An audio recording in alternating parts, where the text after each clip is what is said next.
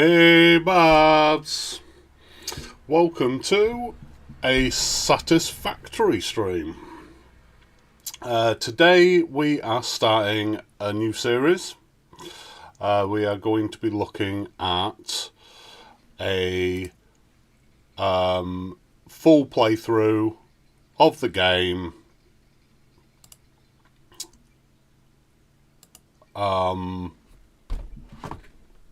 and a beginner's guide for anybody who may wish to know how to play this game in a more deep dive type fashion.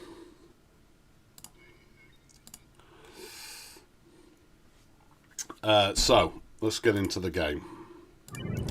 I'm going to turn down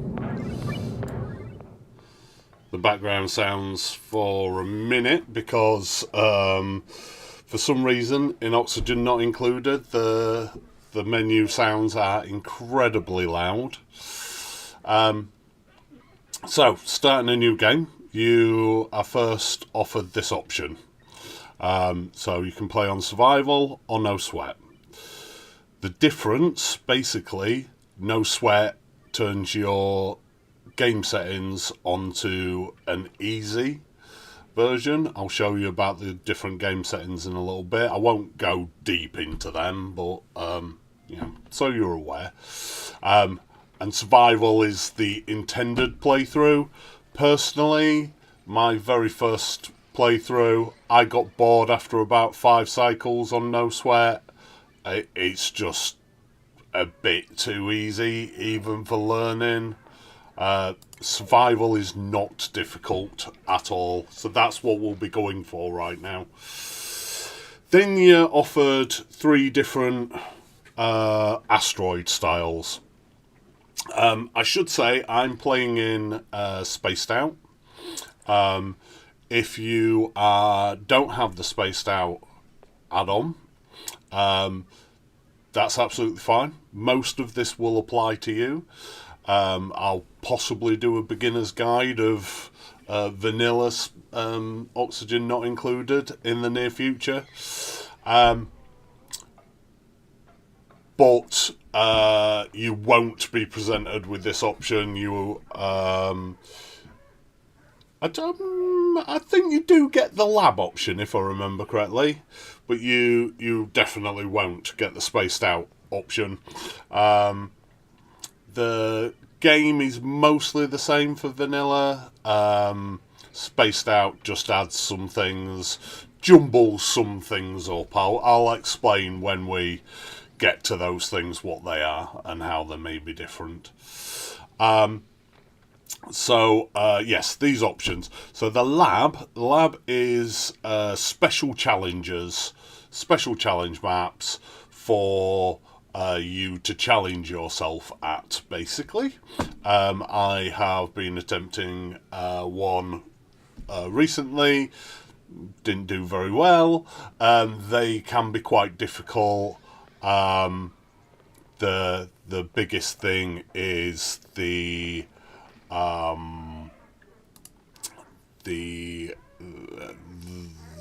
different factors that it offers you.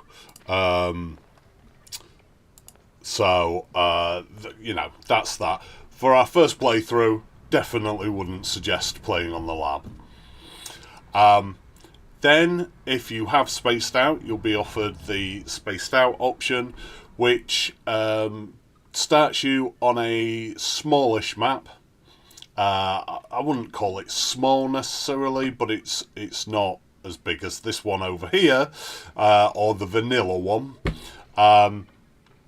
Starts you on a smallish map. Most of the time, you then have 2 neighbouring asteroids, and then I think it's a total of 9 in the space area. But there are some, let's have a quick look. Towards the end here, that have 4 neighbouring asteroids, and these are the clusters.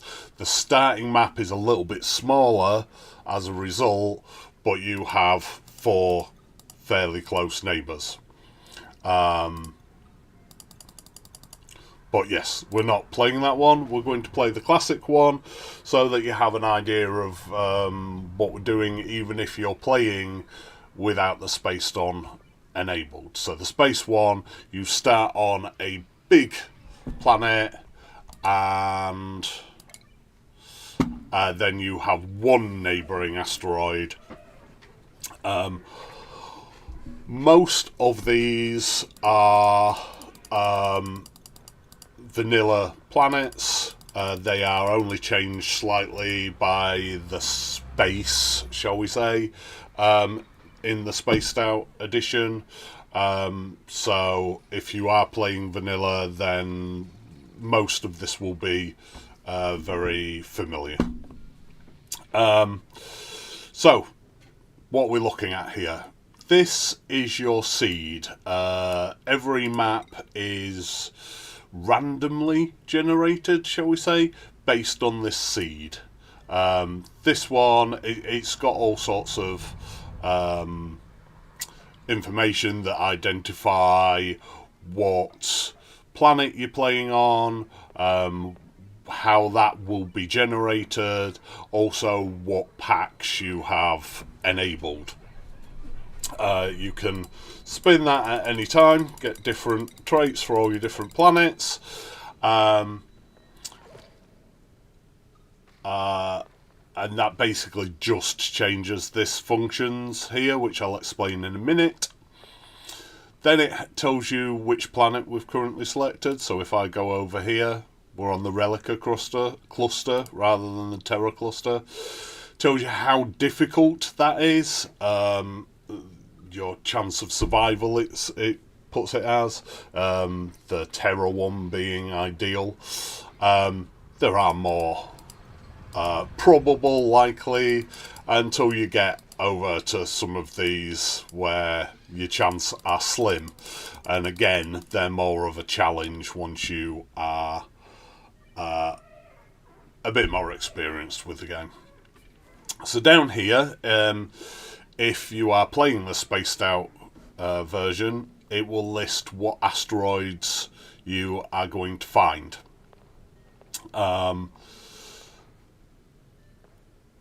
I won't go too much more detail into that, but as you get experience with the game, you will know more about what you can expect when you get these asteroids.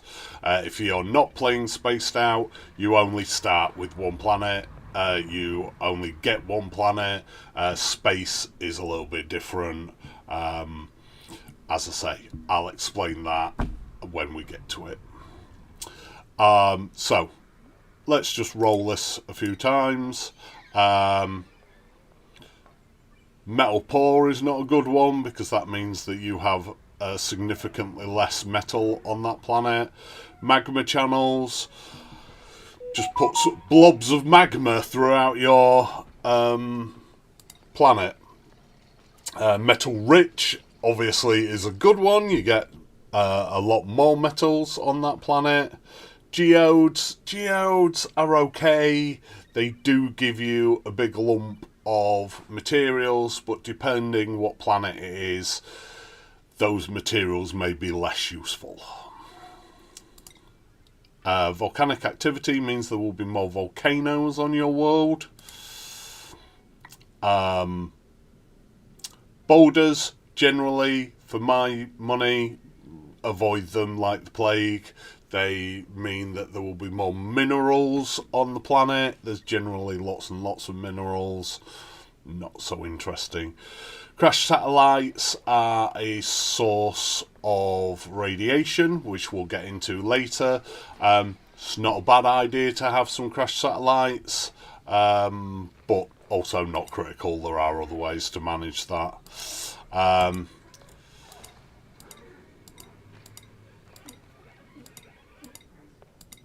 Just going to roll this a few times till I see something that I like. Did just like one there, but I clicked off it because I'm foolish. We're going to go with that. Okay. Don't worry too much. These, I'll do a full tutorial at some point about what all these mean. But having lots of metals really appeals to me. Having lots of volcanoes on the second planet really appeals to me. And crash satellites, easy radiation, which you need in Spaced Out for mid-game research. Right, a couple more things to go over then. If you have any of the DLCs, those being the Frosty Planet pack, the Bionic Booster pack, or the Prehistoric Planet pack, then you can choose here whether they are included, not included, or likely included. And then also decide which of those biomes you may get. I'm going to play with them guaranteed, which means that I have the Frosty Planet there, and the Prehistoric Planet there. I like them both. I've not played very much on the Frosty Planet at all, so looking forward to that. You can't get either of the achievements for those two unless you start on those planets. The final tab then, but not the final bit for us to look at here before we get started in the game, is story traits. These create points of interest on the map, which I will explain fully. We're going to have all 5 of those engaged. I will explain them when we find them. And then finally, game settings, which I mentioned on the previous page. So that is, again, you will gen seed. You can increase your difficulty or decrease your difficulty in each of these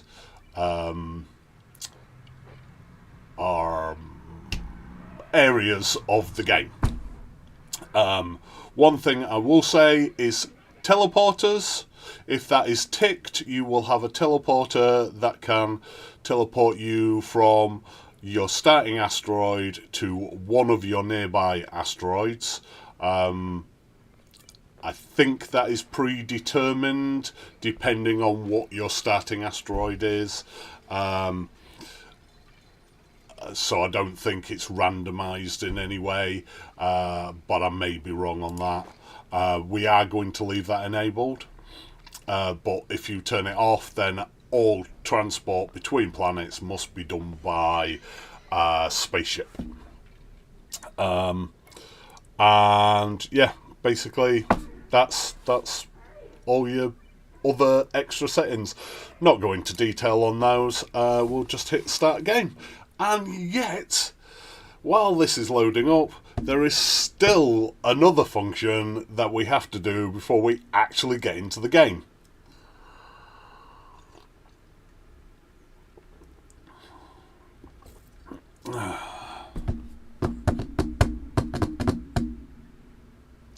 So, these are your starting duplicants, and I've just realised I'm playing with all my mods on and I meant to turn them off. I do apologise. Your starting screen will probably look a bit different to mine. Generally the same, but a little bit different because I have a mod installed that is changing my look and giving me some extra options, like I can lock in this Camille. It will re-roll her stats, but will keep the same character. So who are these people? Well, these are the people that we're going to be bossing around. We call them duplicants or dupes. This is a bionic duplicant. You will only get that if you, if you have the bionic booster pack. I'm going to avoid them for the minute, mainly because I know very little about them, but we will definitely be getting some bionic duplicants later in the game, so we can have a look at those. But the main thing to remember is that this isn't Camille, this is a Camille. This isn't Nails, this is a Nails. They are all clones. So this particular Nails is good at decorating, suit wearing and building. The next Nails that we get may be good at digging. Each is this section of their bio is completely randomized. This section is linked to the particular duplicant clone that you are being offered. To be honest, not much of this particular clone or any of these clones is critical. This is more of the critical. The randomized part is more of the critical factors in getting on with the game, in winning at the game, if you will. There are a few combinations of starting trios that are popular out there. You can completely randomize it, go with your own. To be honest, you could start with 3 absolutely random dupes and still beat this game quite easily, certainly on standard settings. But the one that most people recommend is starting with a builder, starting with a digger, and starting with a researcher.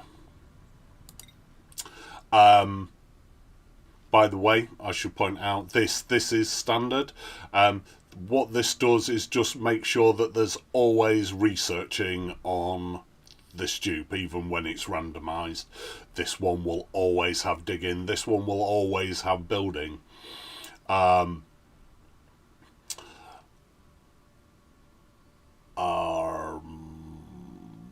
But if you wanted a truly random one, you would pick random there. But these are all the different options that you have. We can stick with builder there.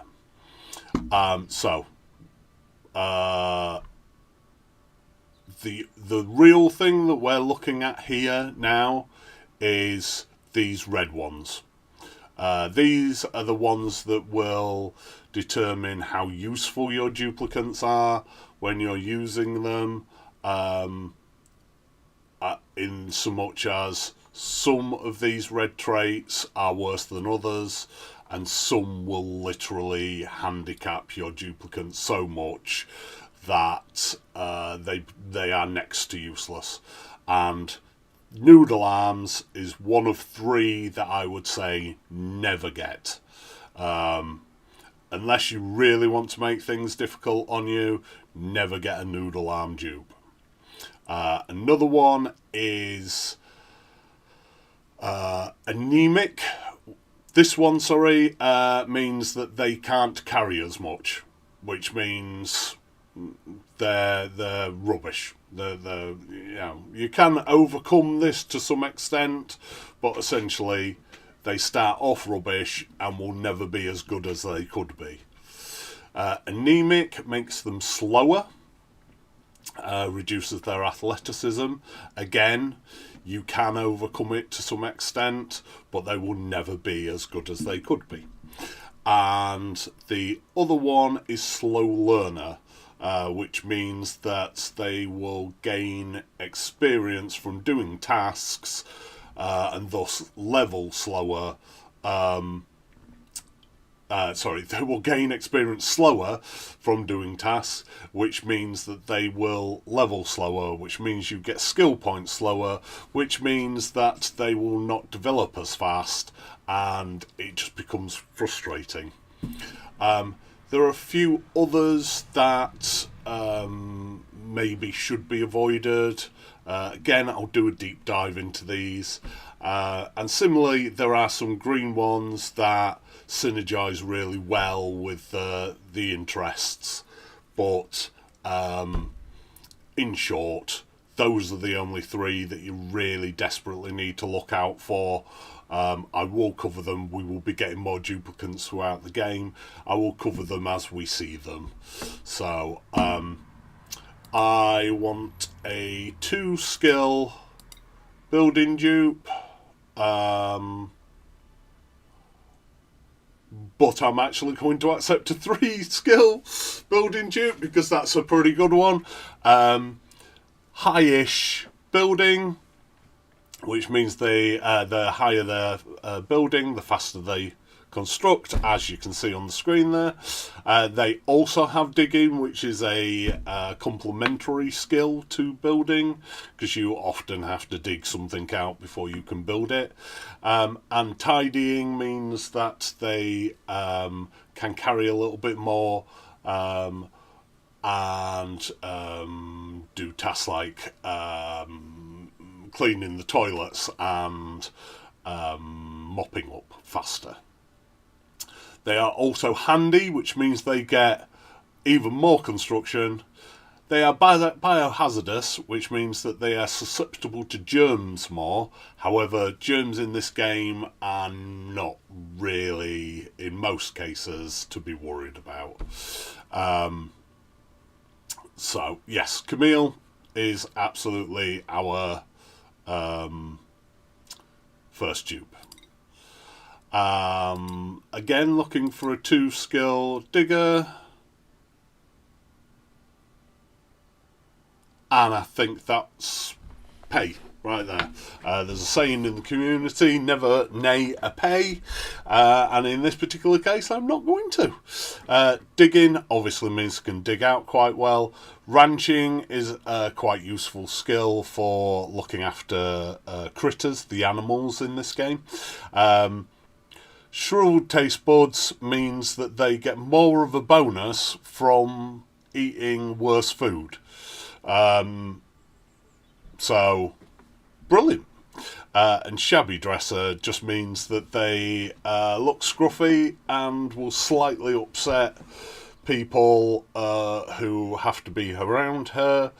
But it's so mild, it's not, and also can be counteracted by dressing them in something not so shabby.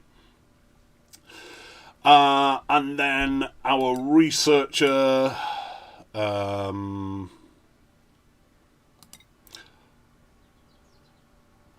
we did just see bottomless stomach there, which doubles the amount of calories that they eat. That's one that I would generally avoid, certainly for your first playthrough. Another one is... I forget what it's called now. It's the equivalent, but they breathe more.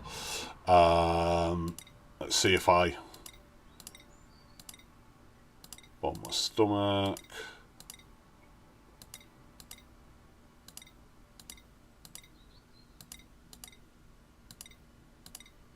No, of course, because I want it to appear, it's not going to appear. I forget what it is, so we'll deal later.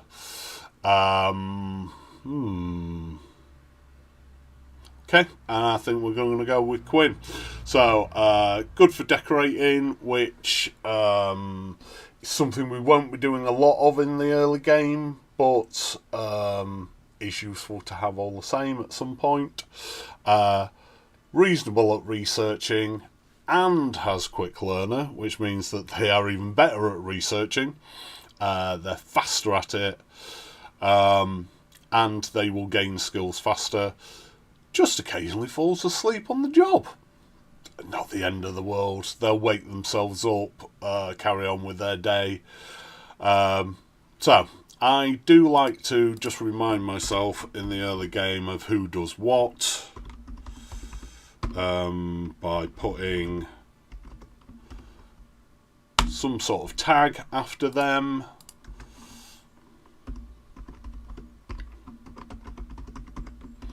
That at the very least I understand. And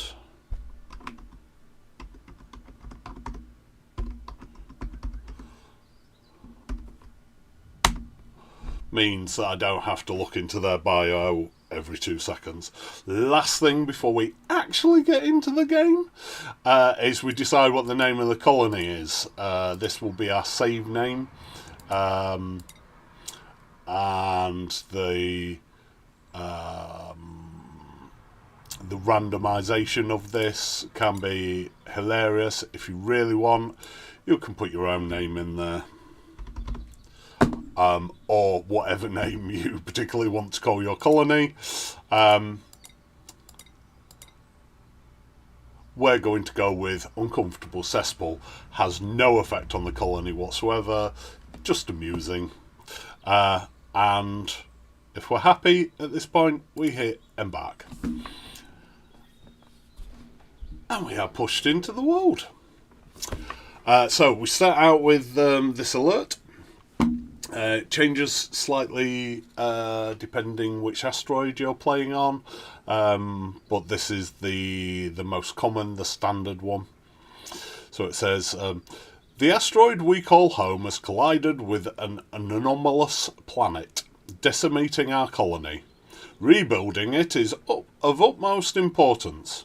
I've detected a new cluster of material-rich planetoids in nearby space. If I can guide the duplicants through the perils of space travel, we could build a colony even bigger and better than before. So, who was saying that?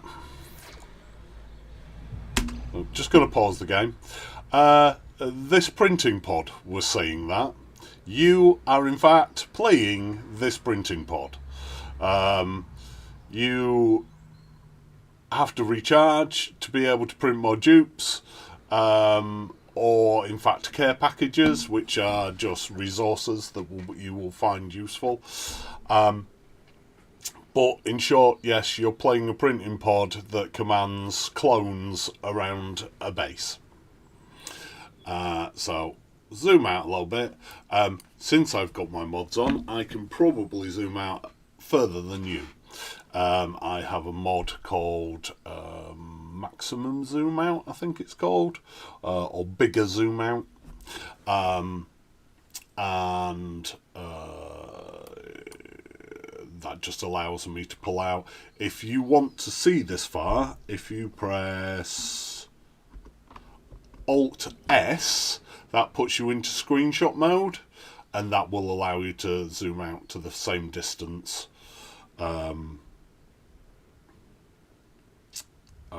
And then pressing Alt S again brings you back in. So, what can we see? We can see we have some sandstone, which is a mineral used for building floors and walls and things.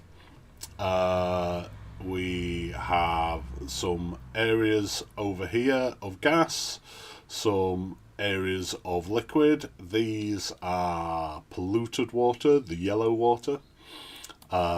Pea water, it's referred to in the community.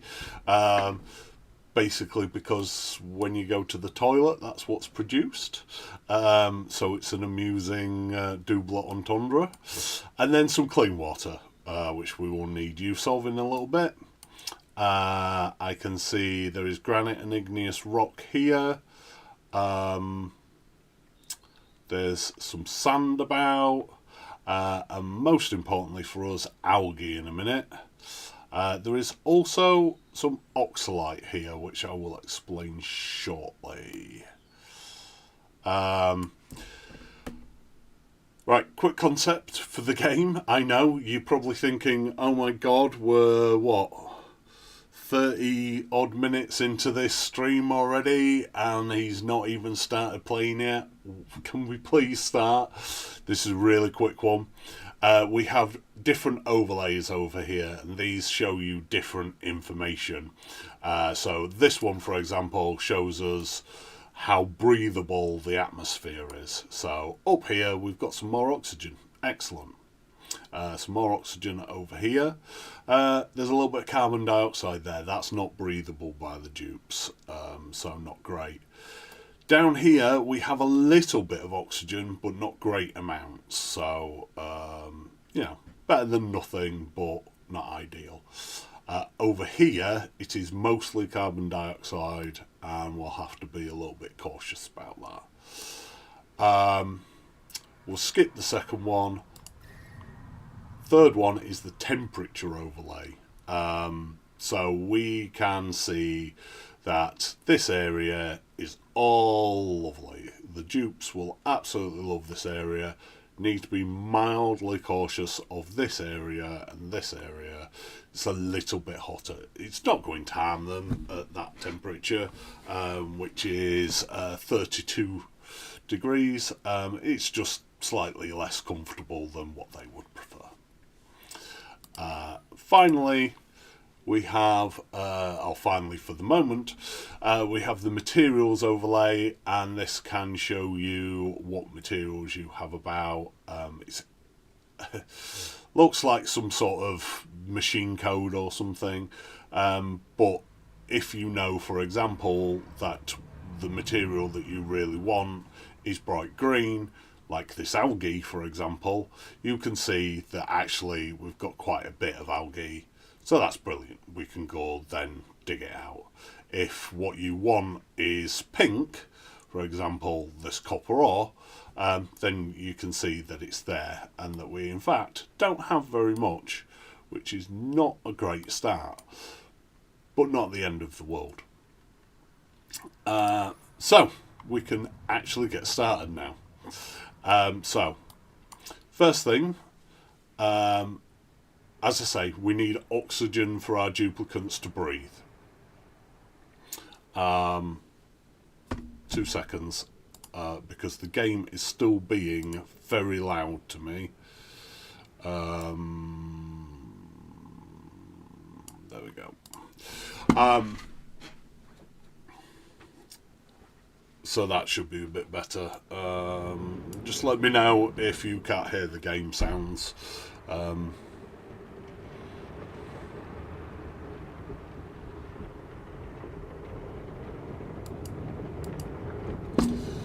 Sorry, spam bot.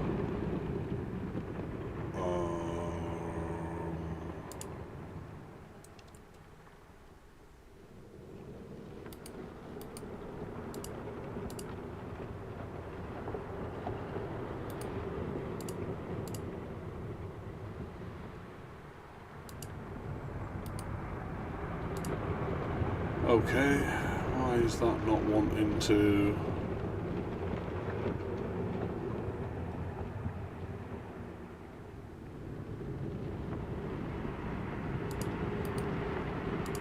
Wow.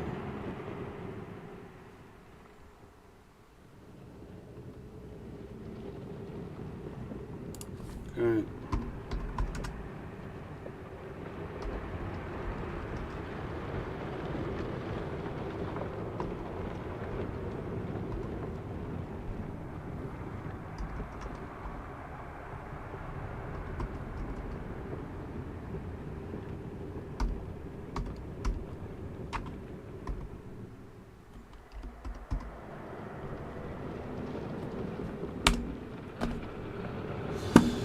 Oh, that was harder than it really needed to be. Anyways, right, wait.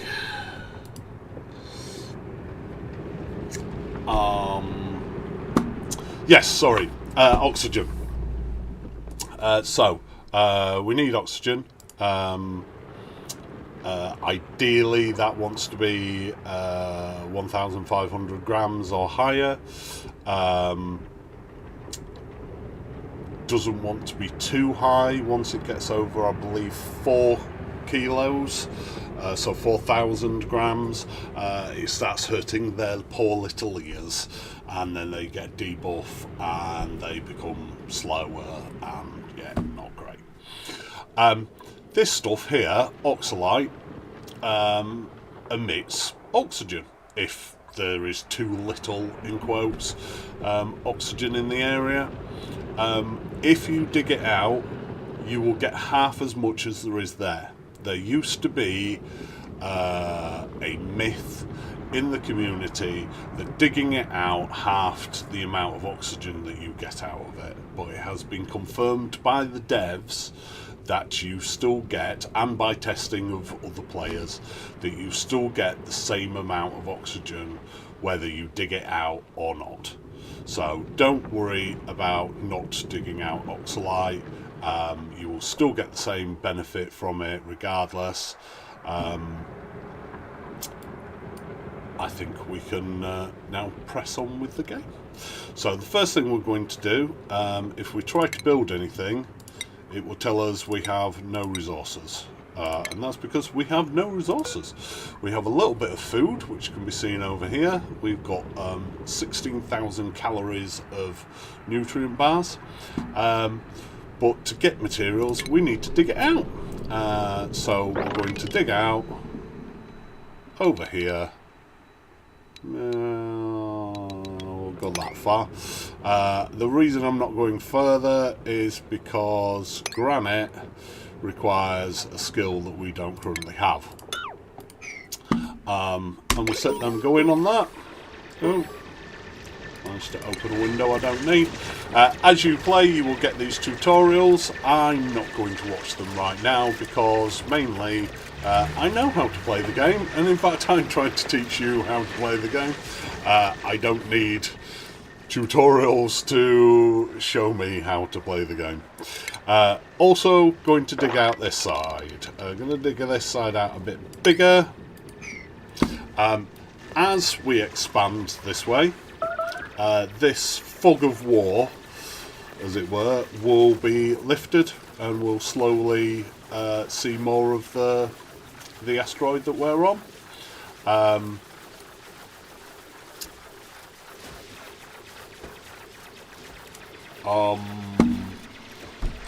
So exploration is the only way that you'll see any more of this map. Another thing, because we dug out everything that was holding this sand up, it's fallen, so we're going to dig that up again. That is currently blocking that oxalite from off-gassing, because, well, I mean, it was probably able to gas into this area, but the carbon dioxide being there probably slowed it down. So now, if we have a look, I do have some sandstone that I can build some things with.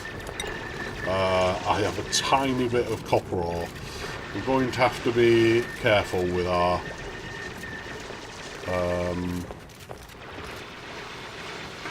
metals in the start game.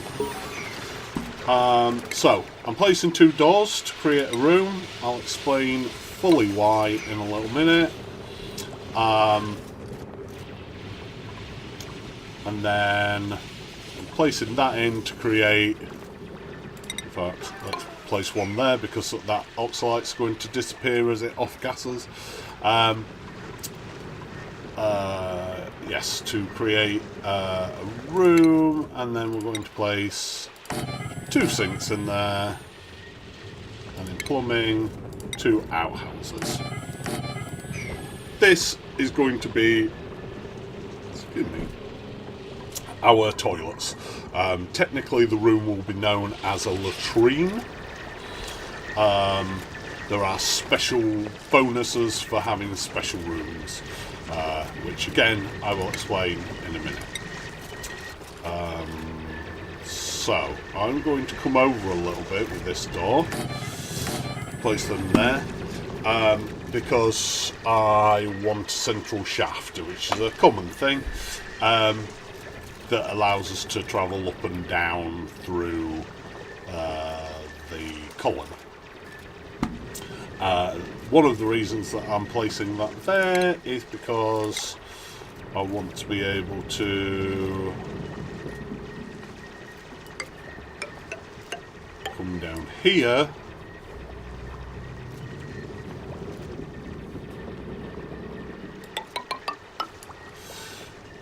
you can walk sideways on ladders, by the way. They count as like a temporary floor. Ceiling collapse. So again, the sand has fallen out. We'll dig that back up again. Now I want my shaft to be 3-way, and that allows for heavy gases to fall out. Heavy gases like carbon dioxide that the duplicates won't be able to breathe. And finally, for the second, I'm going to put a picture pump there. Oh, hang on, sorry, one more thing, or 3 more things to be precise. I'm going to put 3 beds there. So this is going to be a bedroom, or to be, as the game will know it, a barracks. So, what are we doing here? So firstly, I want you to note that all I'm ever doing is planning things out. The duplicants then have to come and build or dig what I have told them to. There is no, or there are very few instances where you can directly influence something in the game. There used to be less, but they have added a few things in of late. Switches for automation being the one that I can think of mostly. So I'm just going to turn those to left. So what have we got? I should also explain why I'm putting 2 doors in rather than, say, 1 door and a bit of wall. Doors allow airflow. So this oxygen off-gassing will be allowed to flow in here as the duplicates that are using the facilities breathe in. We'll have a look at that achievement in a second.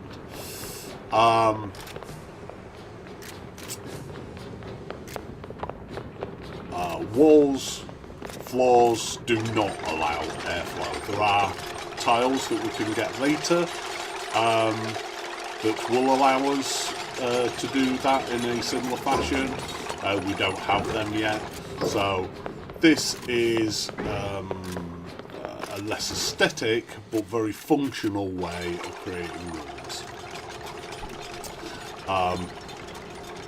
So rooms then. What do I mean by rooms? So on the overlay we have a room overlay. I should say that these are on the F keys, 1 to, I think it only goes to 11 and then starts back left shift F4. I do think it starts back at left shift F1, but we've not unlocked some of the overlays yet. But if we go to F11, the room overlay, you can see that some of our rooms are coloured in. If we just hover over this room, which it claims is not a room, you can see that it will give us some details about this area. It says that it's not currently classed as a special room, that it is 150 tiles in size, and that the maximum room size for any of the special rooms is 128 tiles. If there were any critters, which are the animals in this game, it would list them here. I think that's the only details that would give otherwise. But, however, if we go over this one, it tells us that we have achieved a latrine, which gives us a morale bonus. The assignments are that the outhouse is public, which is absolutely fine. We want the duplicants to share toilets, not at the same time, obviously. They can't do that, otherwise that would be very easy to play this game. But they, when they're wanting to use them at different times, they can use the same one. That way, we only need 2 toilets for a colony of approximately 24, I would say. I'll give you more on the maths on that later. It also tells us that the room size is 36 tiles. It is including this section up here because it goes on whatever is enclosed. And that there are currently 3 buildings because we're currently building the 4th toilet still. Tells us the requirement for a latrine, which is a toilet. The outhouse counts as a toilet. A wash station, which that is, literally. No industrial machinery, so none of the machinery which is in the industrial machinery category. And it must be a minimum size of 12 tiles and a maximum size of 64 tiles. At 36, obviously, we're about smack bang in the middle of that. And the effects are 1 morale. Whenever a duplicant comes in here and gets uses the facilities, they will gain 1 morale. More on morale later too. And then over here we have a barracks. Again, gives you a morale bonus. Tells us that there are 3 cots and they're unassigned. Cots are one of the few buildings that must be used by an individual dupe. You can reassign which dupe it is, but you cannot hotbed. If Camille decides that she wants that bed, or we assign that one bed to her, nobody else can use that until we assign it to somebody else. In theory, you could probably hotbed, but it would be a very manual and taxing affair. I really don't suggest it, so 1 bed per duplicant.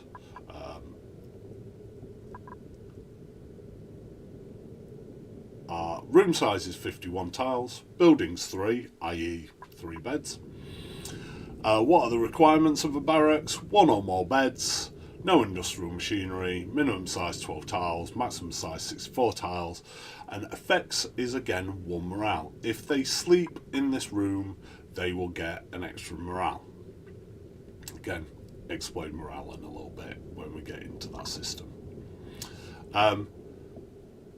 2 other benefits of creating these rooms. 1, having an outhouse to I guess, to go potty on means that the duplicants will not wet themselves. This is twofold annoying. 1, because it drops pee water all over the floor, and 2, because then they will get a debuff for wetting themselves, which then slows them down, makes them unhappy, I forget, but we'll cover that if and when it happens. And on this side, not having a bed means they will sleep on the floor and they will get a debuff for most of the following day, which again slows them down, so that's not good. So get the morale bonus from the rooms and bonuses for just having these buildings. Finally, why did we put in this pitcher pump? Because these sinks require water to function. These outhouses require dirt to function. I guess it's a do your business and throw dirt on top of it type facility.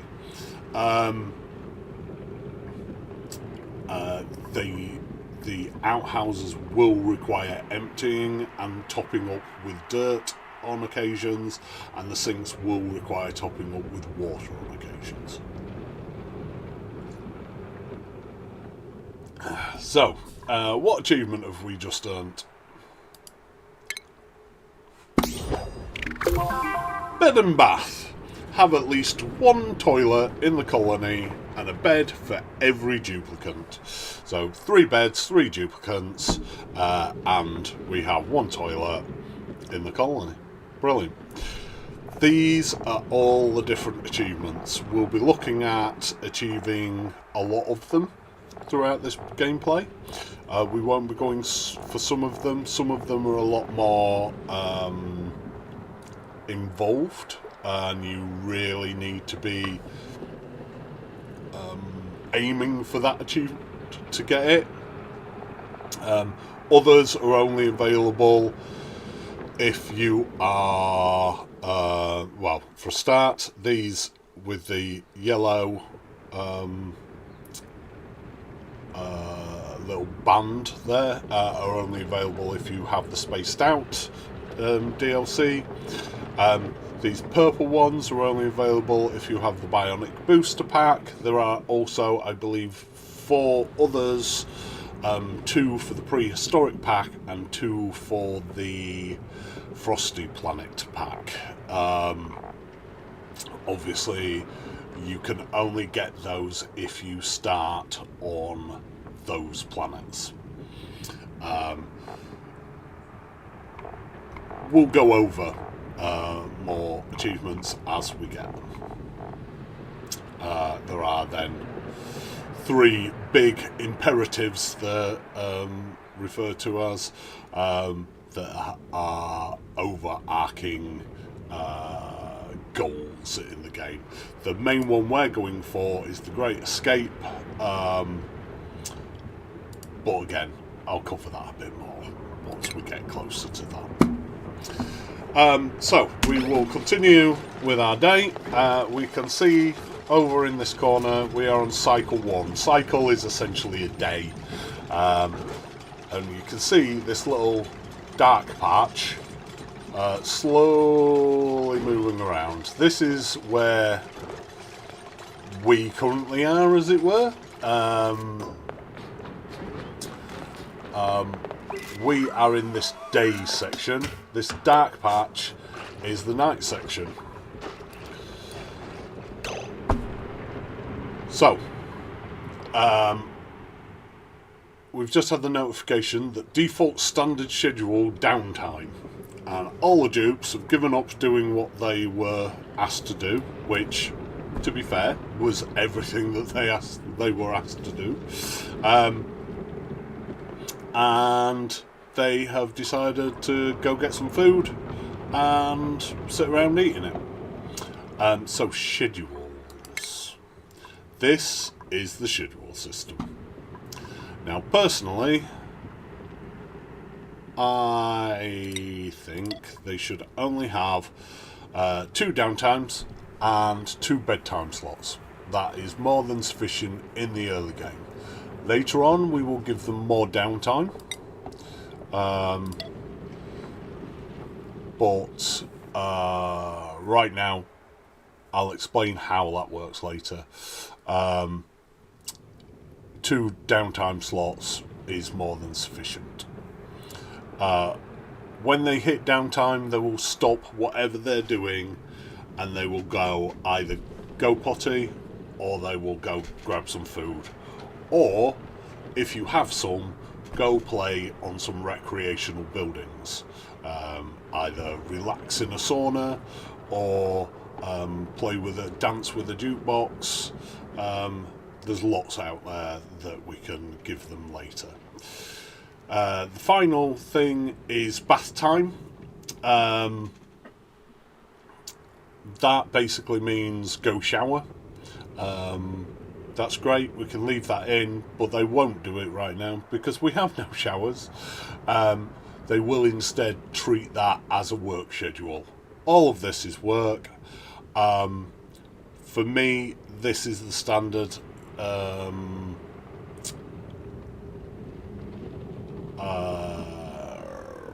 schedule.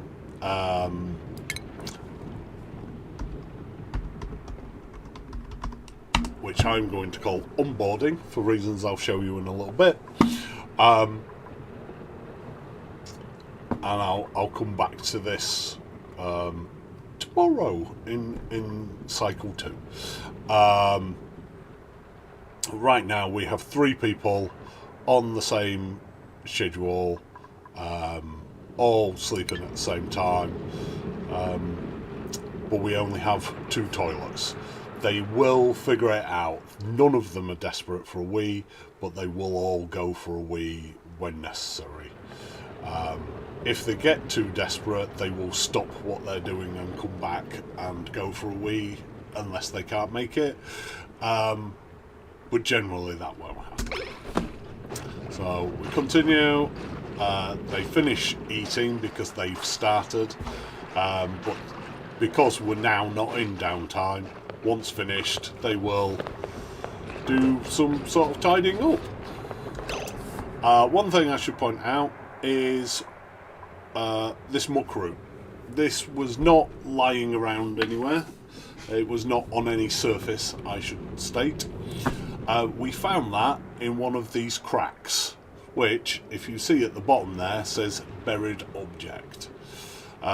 In your starting biome, you will almost certainly find lots of muck root or chard, or they've added several new ones now and I can't think what they're all called, but basically these are early calories, which means that it makes it very easy for us to just explore and get food for ourselves whenever we need to, and not have to worry immediately about growing food, because that can be a little bit more involved and take a little bit of time to get into.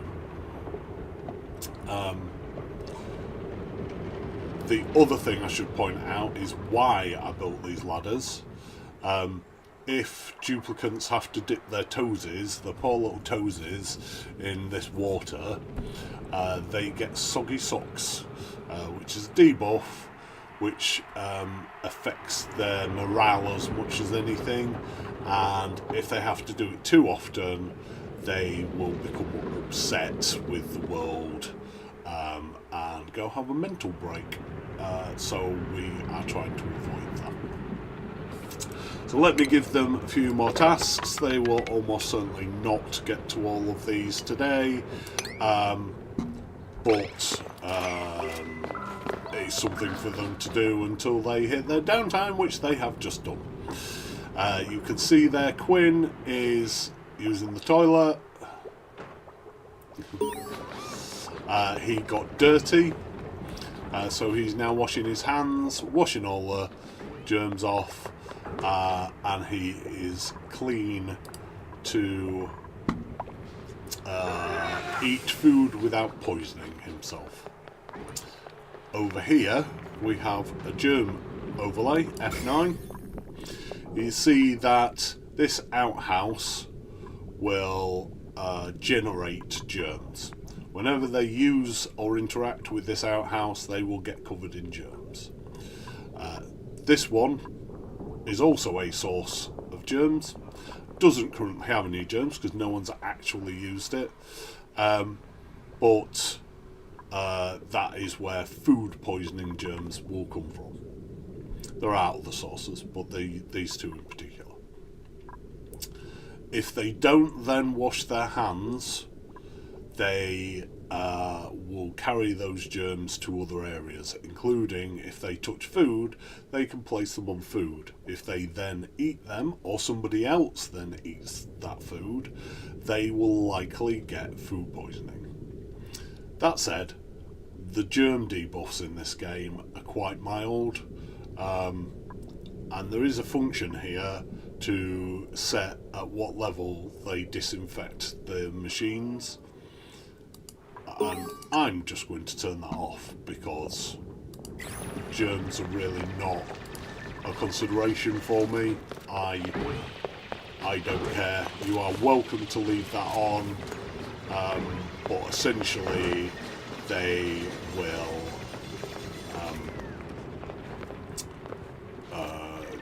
just waste time disinfecting things.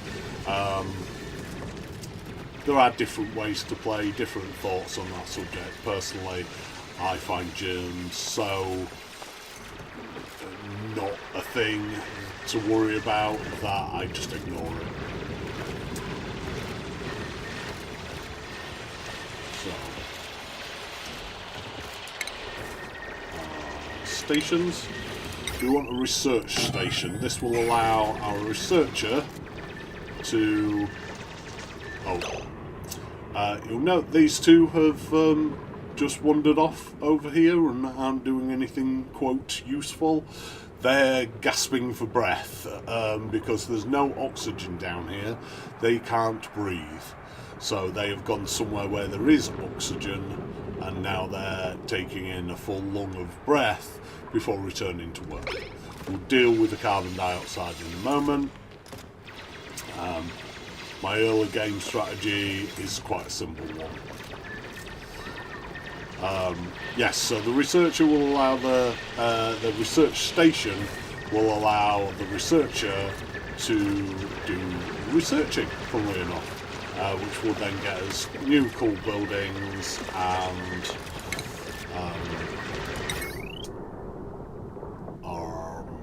improve the life on the colony.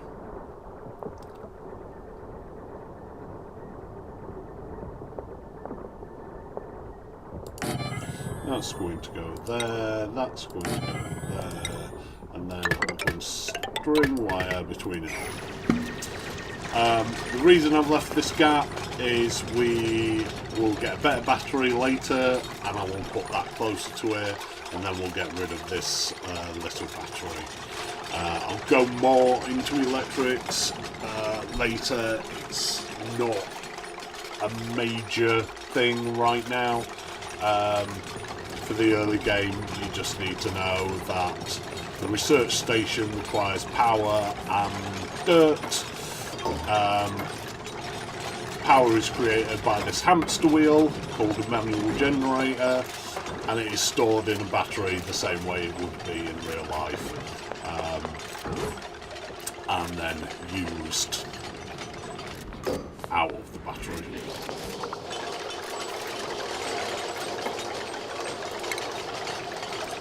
Next thing, I'm just going to ask them to build tile there. Most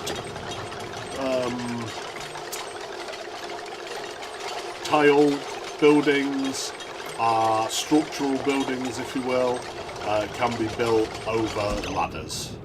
However, we've just spilled water on the floor, and we don't want everyone whinging about soggy toesies. So we're going to clean that up. And then plant in another one.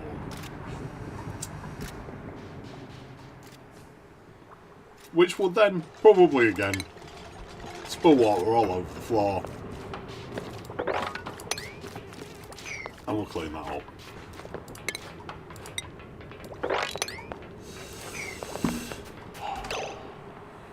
So, why am I doing this?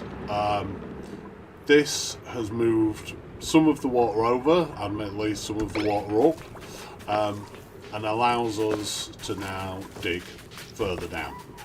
Why do I want to dig further down? Because then the carbon dioxide can sink further.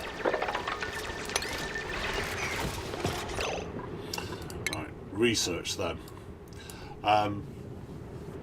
Again, lots of different ways and thoughts to go about this.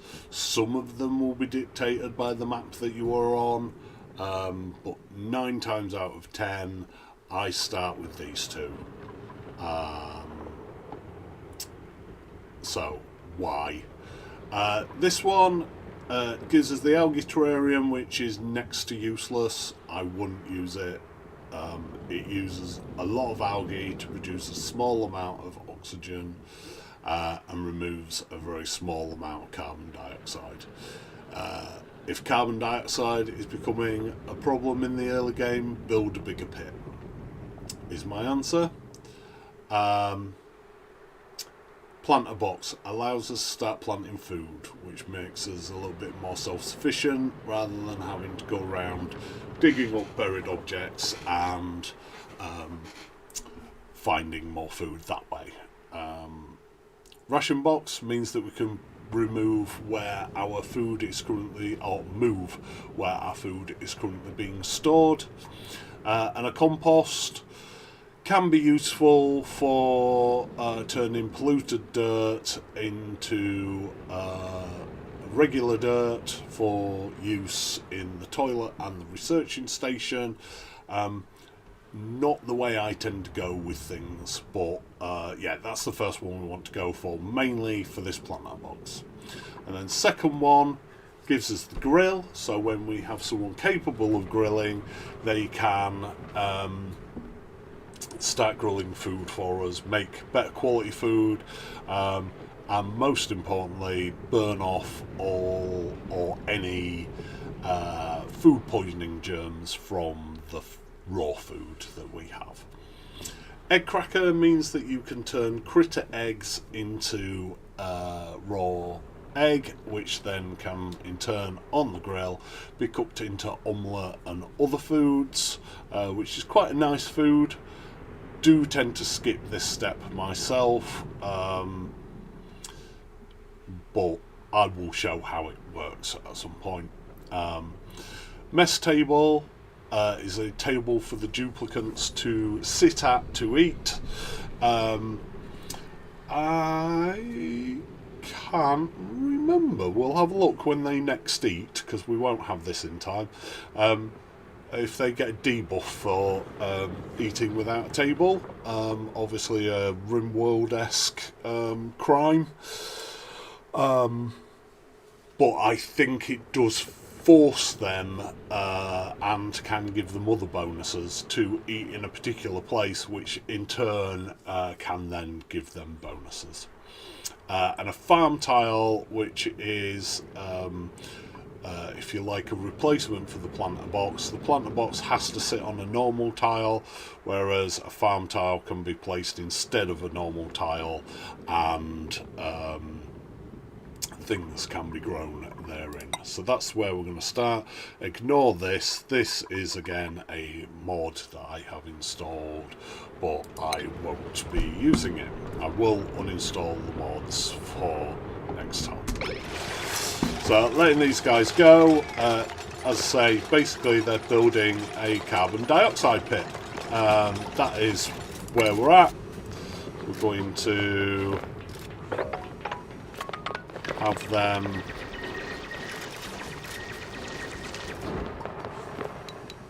dig out that area. That will be nice for all that carbon dioxide to go into. Gets us lots of buried objects, which may be seeds that we can plant, or maybe more food, or maybe critters. There are critters buried in some of these objects. And on that subject, little trick that I've not pointed out yet. You can select any building in this game, and if you have the ability to build that building, you can then just click on that and place it down. Because we haven't yet got, as you've just seen, we are now researching the food box.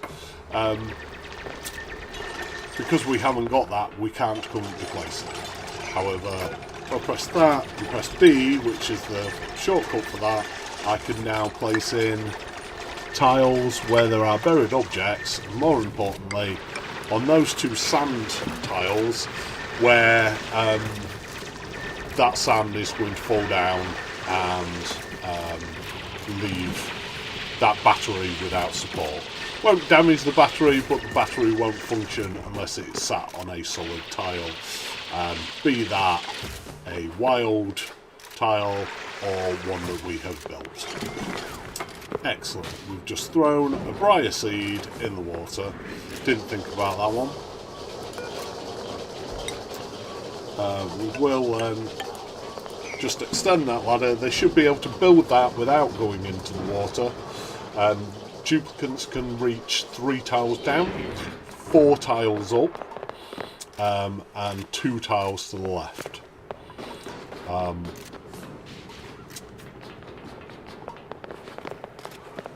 So they should be able to build that without going in the water because it's only 3 tiles, but it will allow them, should they need any of these items, to jump down and grab the food. They can climb down 2 tiles or up 2 tiles if necessary. So we have got our first research complete.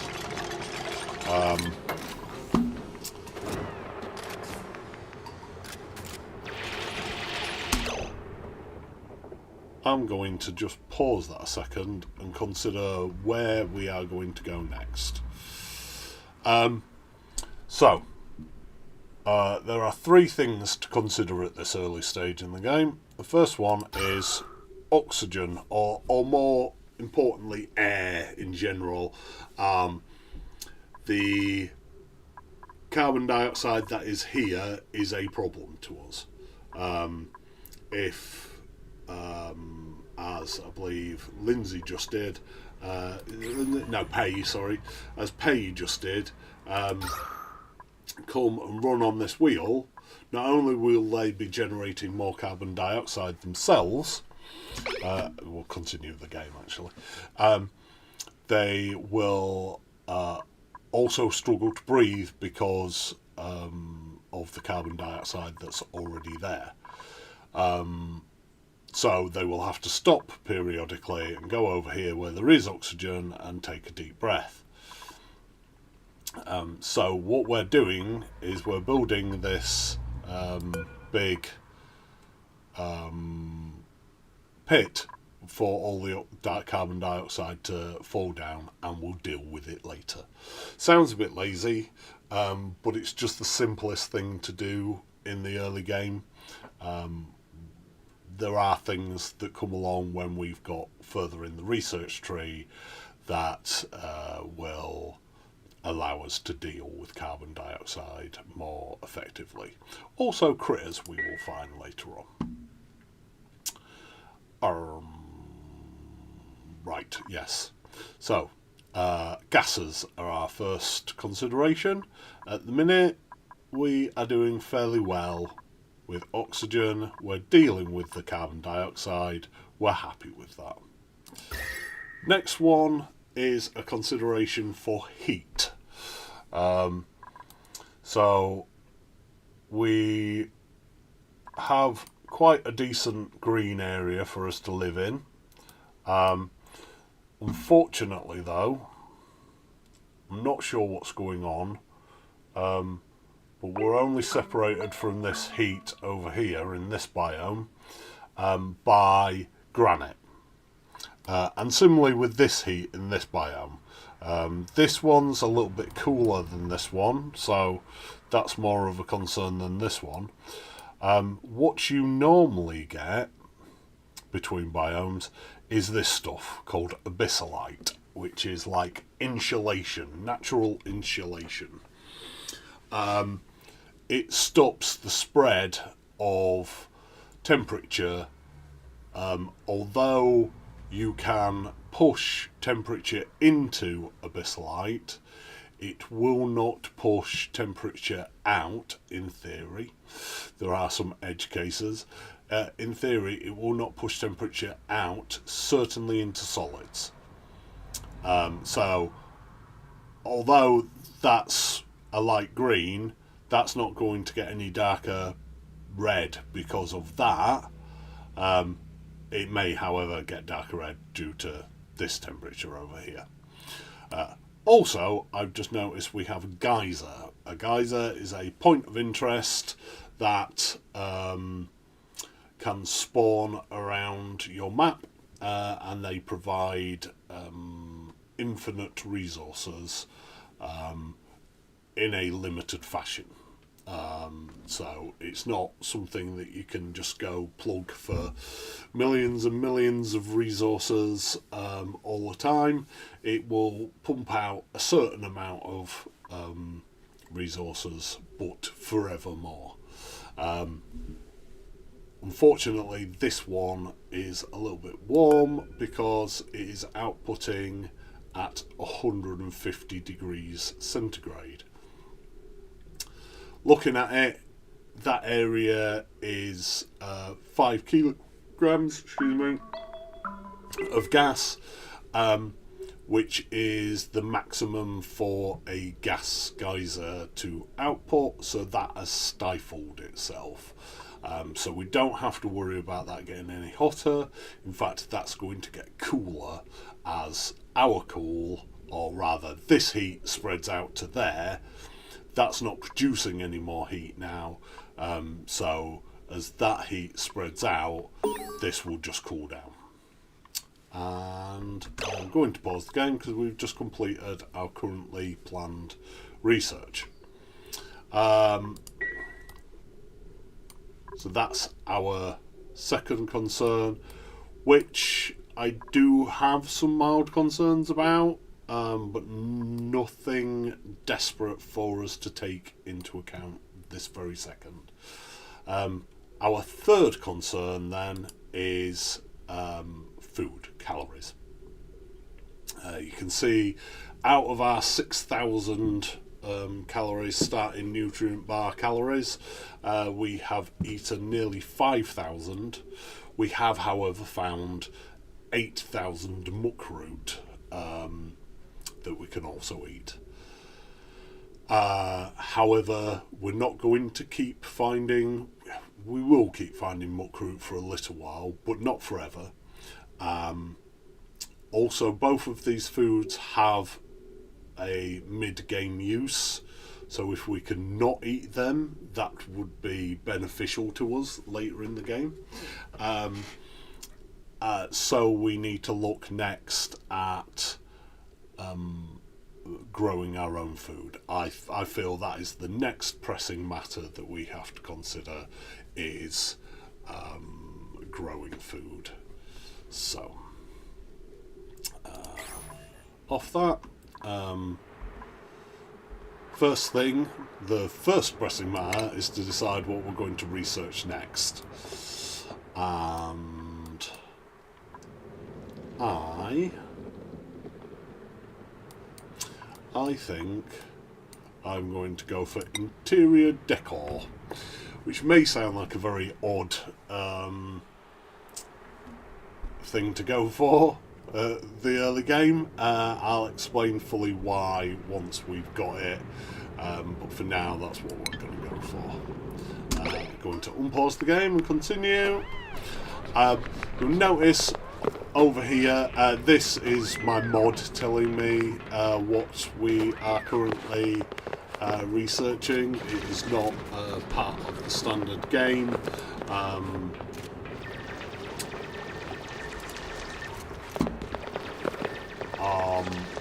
But there are two notifications here. We currently have no oxygen generator belt.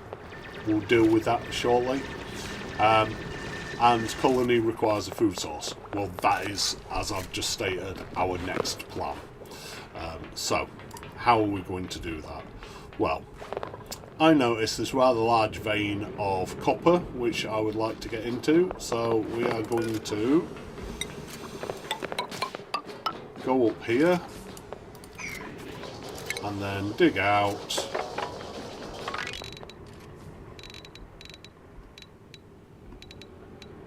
that. I'm going to cancel digging these out because when we dig out the materials underneath them,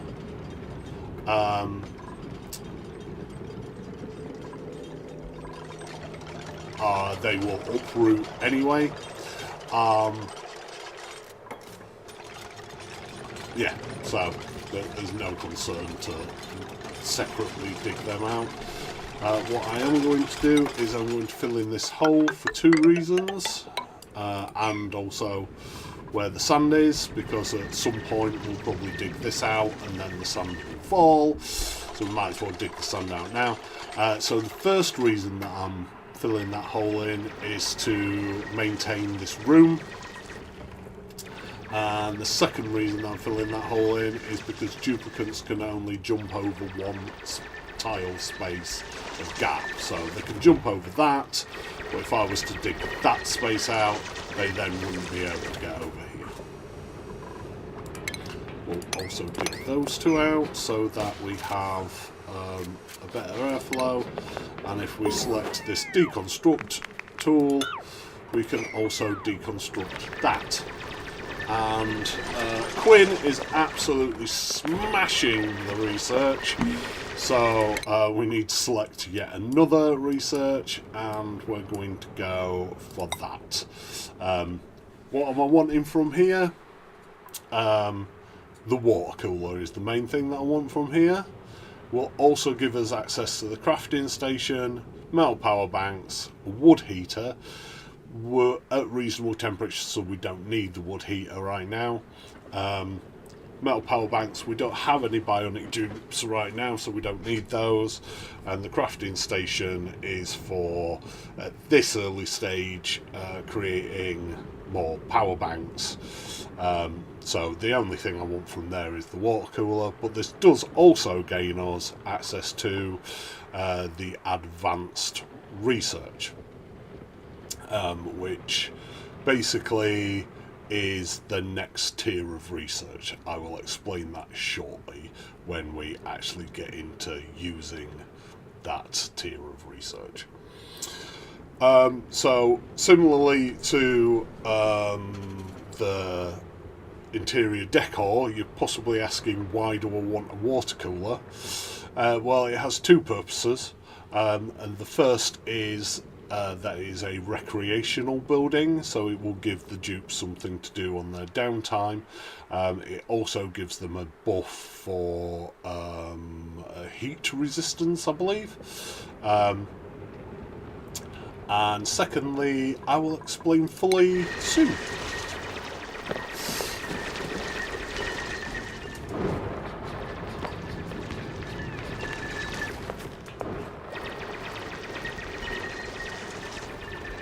So, while they're digging out this rather large area, we'll pull out so that they're not so loud doing it.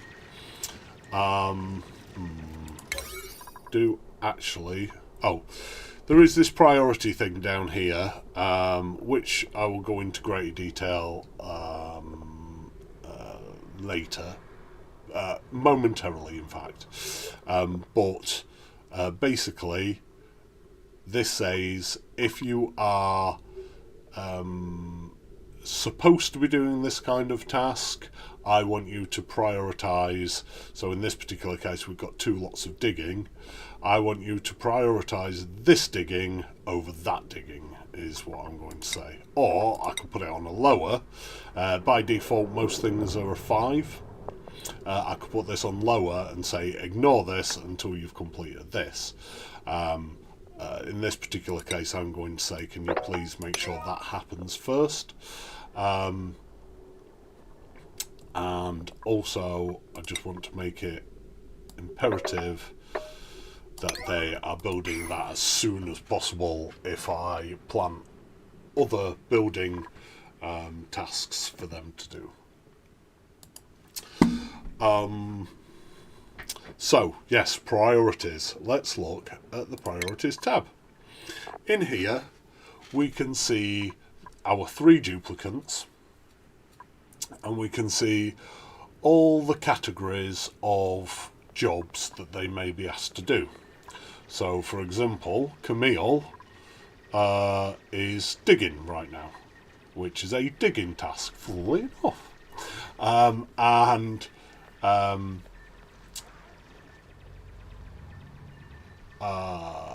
She may be expected to build this later, which would be a building task. So everything fits into this.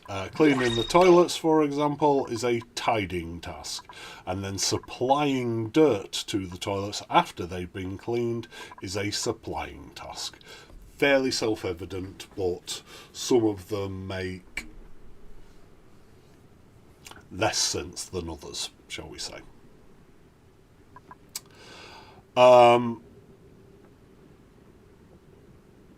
The game has automatically paused itself. That's my mod again. I will explain exactly why in a second. Yeah,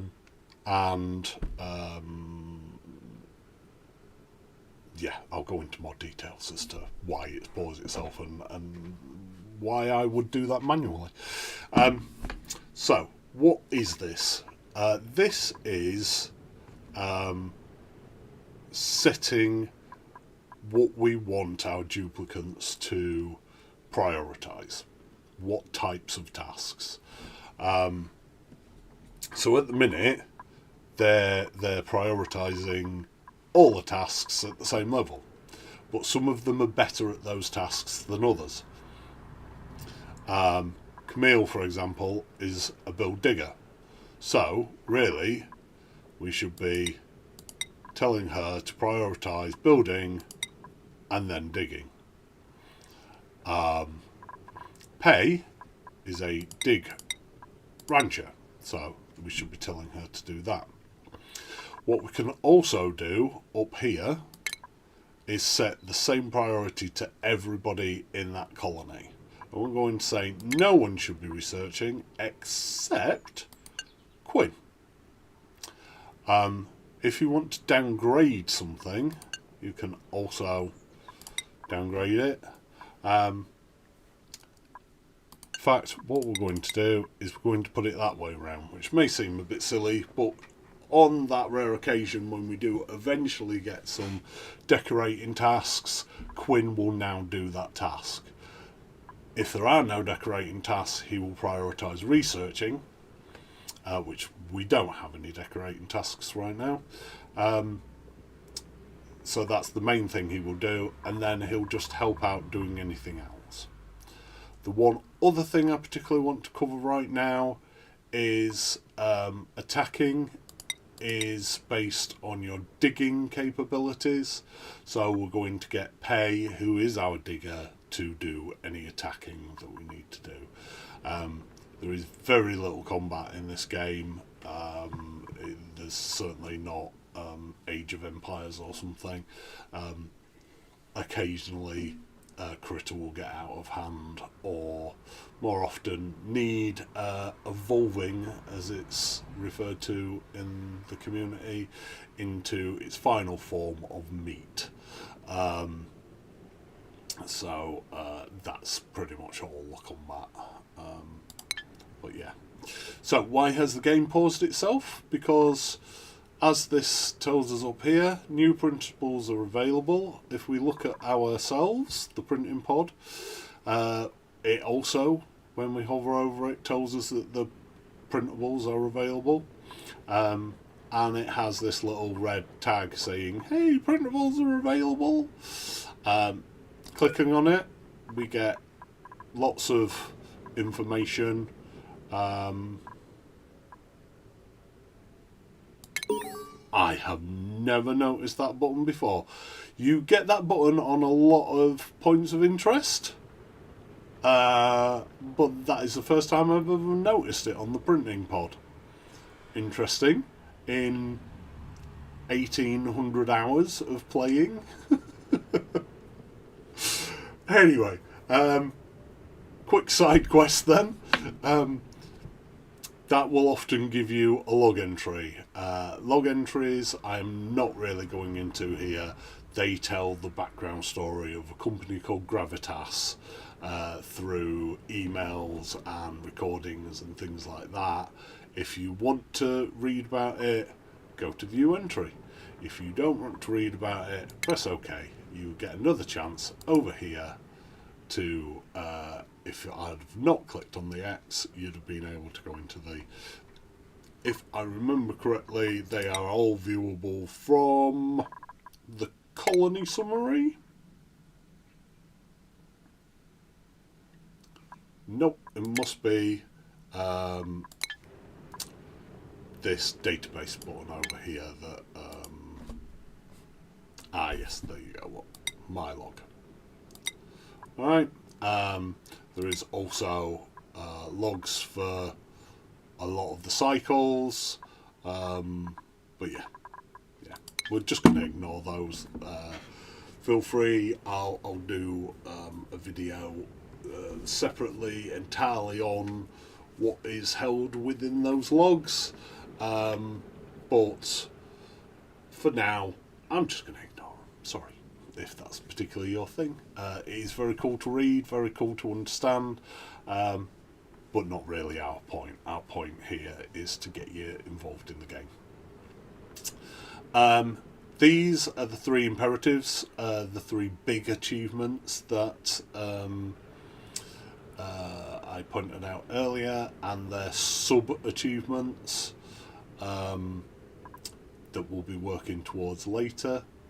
And then you have a different way into the colony summary, which then can show you the achievements, duplicant skills, which I will cover when one of our duplicants gets skills, which may be shortly. I'll explain why in a minute. Or we get to use our printable. And then we are offered 4 items.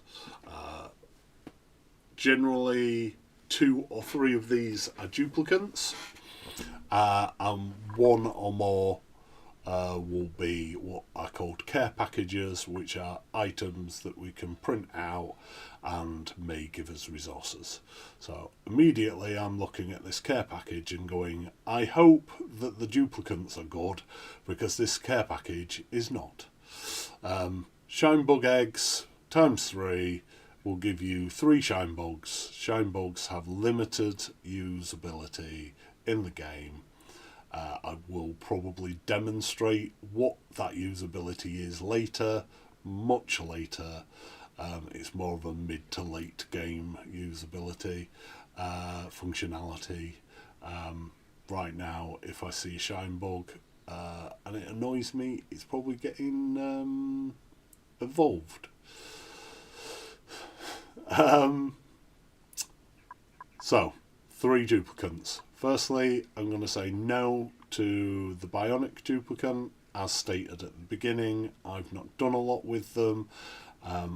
I need to get further into the colony before I am happy to take a bionic duplicant. So that leaves us 2 over here. We've got a decorating farmer Nicola. Gives us a bit of doctoring as well, which is good because they are susceptible to germs, but they are immune to debuffs from being in cold biomes. Or we have a researching ranching Higby, who is resistant to germs, loves being in space, farts frequently, so releases natural gas, not the end of the world, mildly annoying, and is a Luddite, which means that he has decreased machinery or operating. Really don't like Higby, so going to ignore him. He is a decent researcher, but we've already got one of those.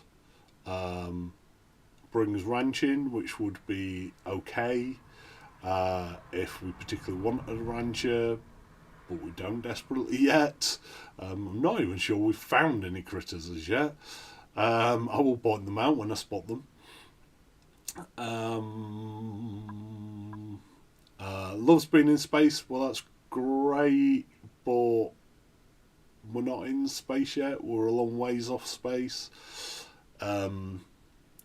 Say flatulent is annoying, and Luddite, decreased machinery is quite a big one for me. I dislike it, and unless everything else sells him to me, Luddite generally turns me off a dupe. So, do we want Nicola? Decorating farming. Farming would be quite good. They can then get our new farm up and running. Everything else is a bit meh. We do already have a decorator, but I do think we are going to take him as a farmer. It would be worth pointing out, you don't have to take anybody at this point. It is also absolutely valid to go, no, I'm fine, reject all. It'll say, are you sure? And you confirm or deny, and then move on with your game. Don't rush to get dupes, especially since that's our first priority. You know, it's not a desperate thing at the minute that we're rushing for these calories, not by any stretch of the imagination. But since we've identified that as our first priority, there should be no rush to get more duplicants, which is more mouse to eat. But I am, in fact, going to take this Nicola. The reason why, or one of the reasons why, is he fit a niche that we have, being a farmer, and the second reason is because when you print a duplicant out, they come with a skill point, so I get to introduce you to the skills tree. So maybe a bit overwhelming for a start, but it is quite simple. There is a tree for every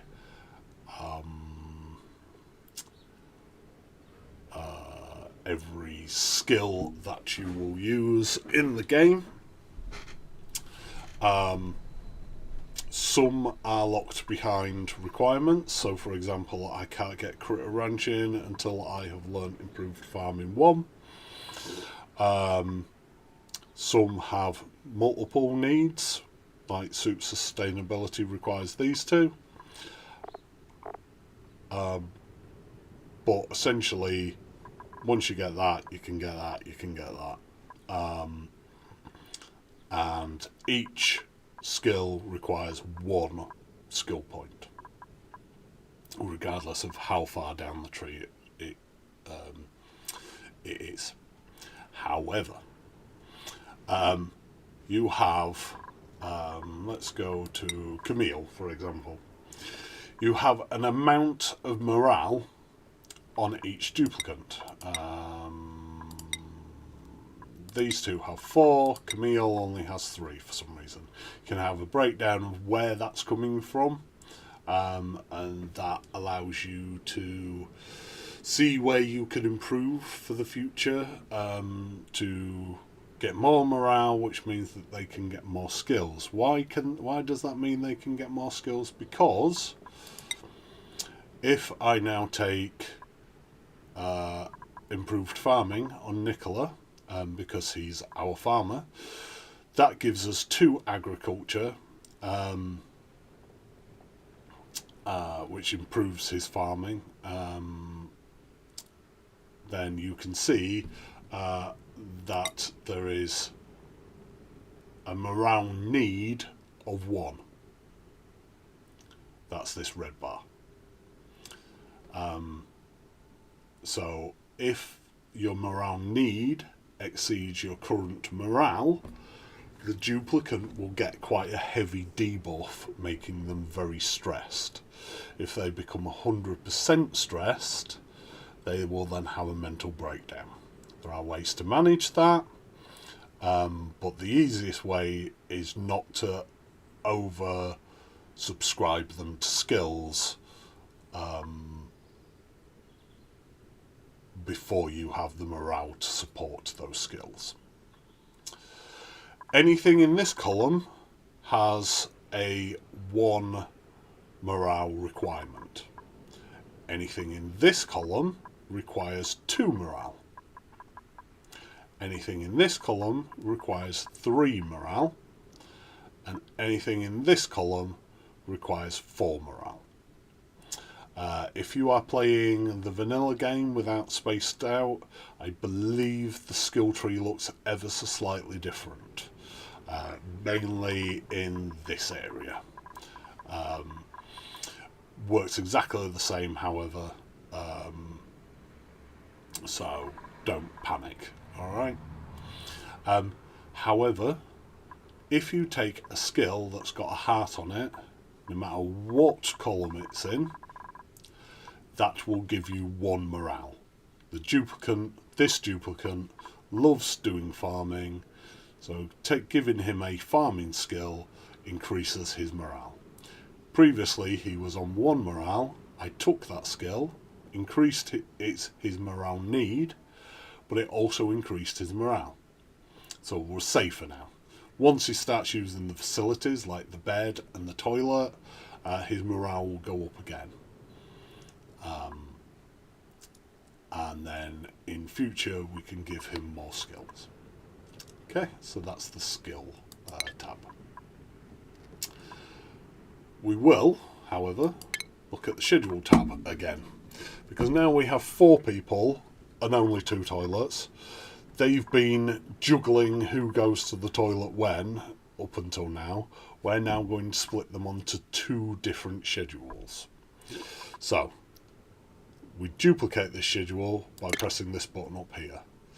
This one creates an extra row. I will explain that more when we have bionic duplicants. I can't think of a particular reason to do it with standard duplicants, but you could if you really wanted, and it's so that you can create a rolling schedule.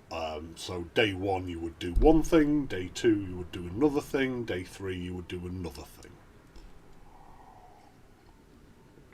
so on and so forth.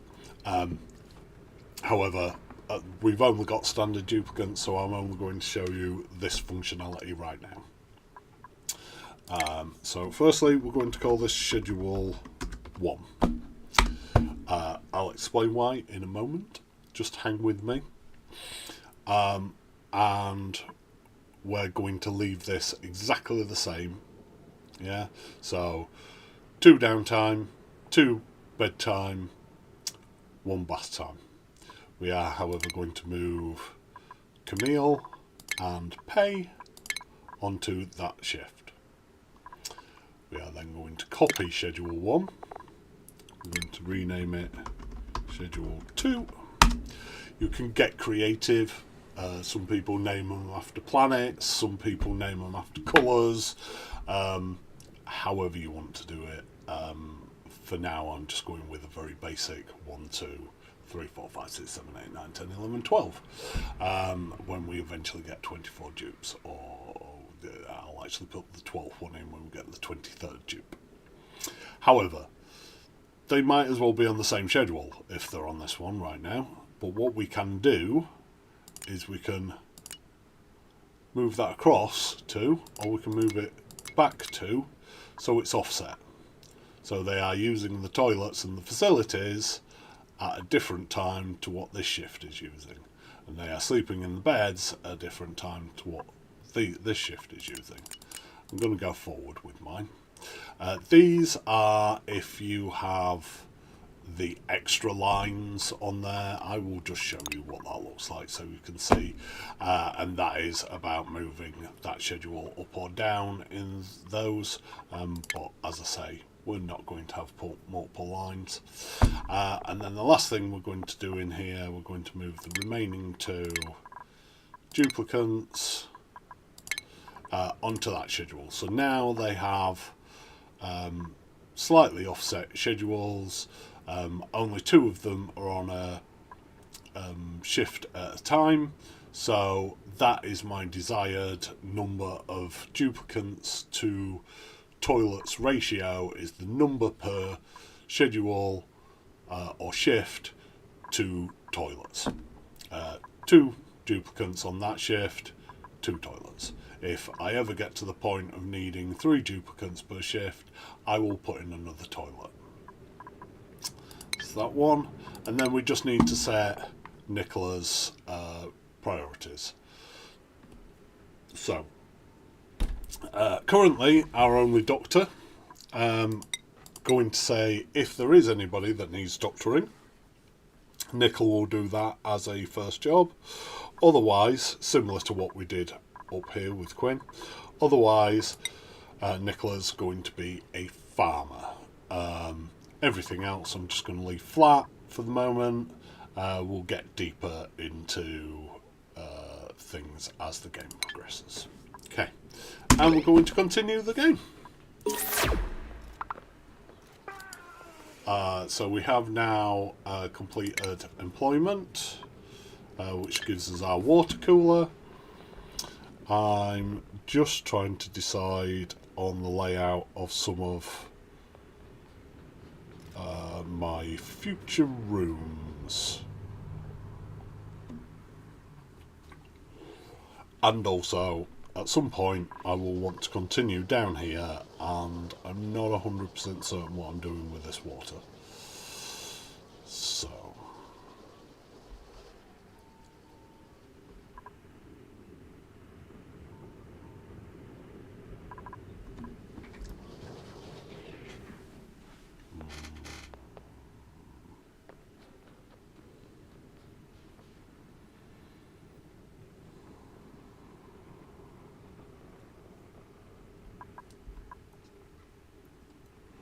So I think I'm going to let them finish on what's going to be the farming area before I issue any more commands.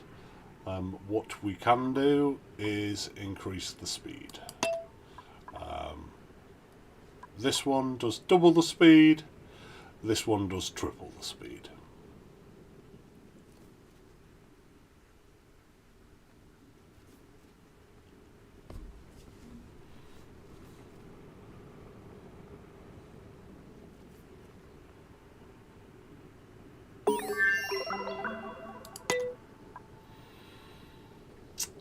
So we have finished research again. I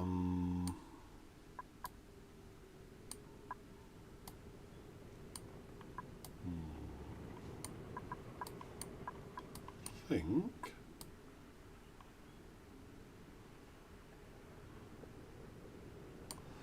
we are going to go for this one. So why am I going for that one, Bob? So firstly, it gets us the jumbo battery. Now this is an improved version of the battery that we have already put down. Holds more. Batteries in this game leak power, so they won't hold what power you put into them forever. They slowly lose power, essentially. That's just how it is. The small battery that we are currently using is the worst battery. It will leak power quite readily. This one leaks power slower. It's not the ideal battery, but it holds a lot more and it leaks slower. Switch is an on-off switch. It is literally what it states. Not overly bothered about that right now. When we come to it, I'll show you what it does. In fact, to be honest, I can't think of a time I've used one. Wire bridge, I'll get into more what bridges are, but essentially they allow you to cross wiring systems without actually connecting them.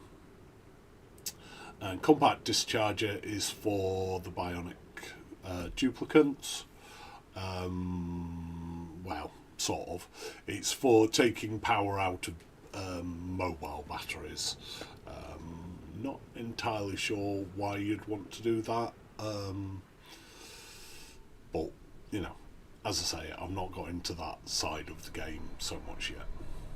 Next we've got a coal generator which produces power from coal if you dig coal up or get it other ways. It does produce quite a bit of carbon dioxide as well, so got to be careful of that. Wood burner, exactly the same thing as the coal generator but uses wood. Also produces a bit more heat. Both of them produce heat, but the wood burner produces more heat still.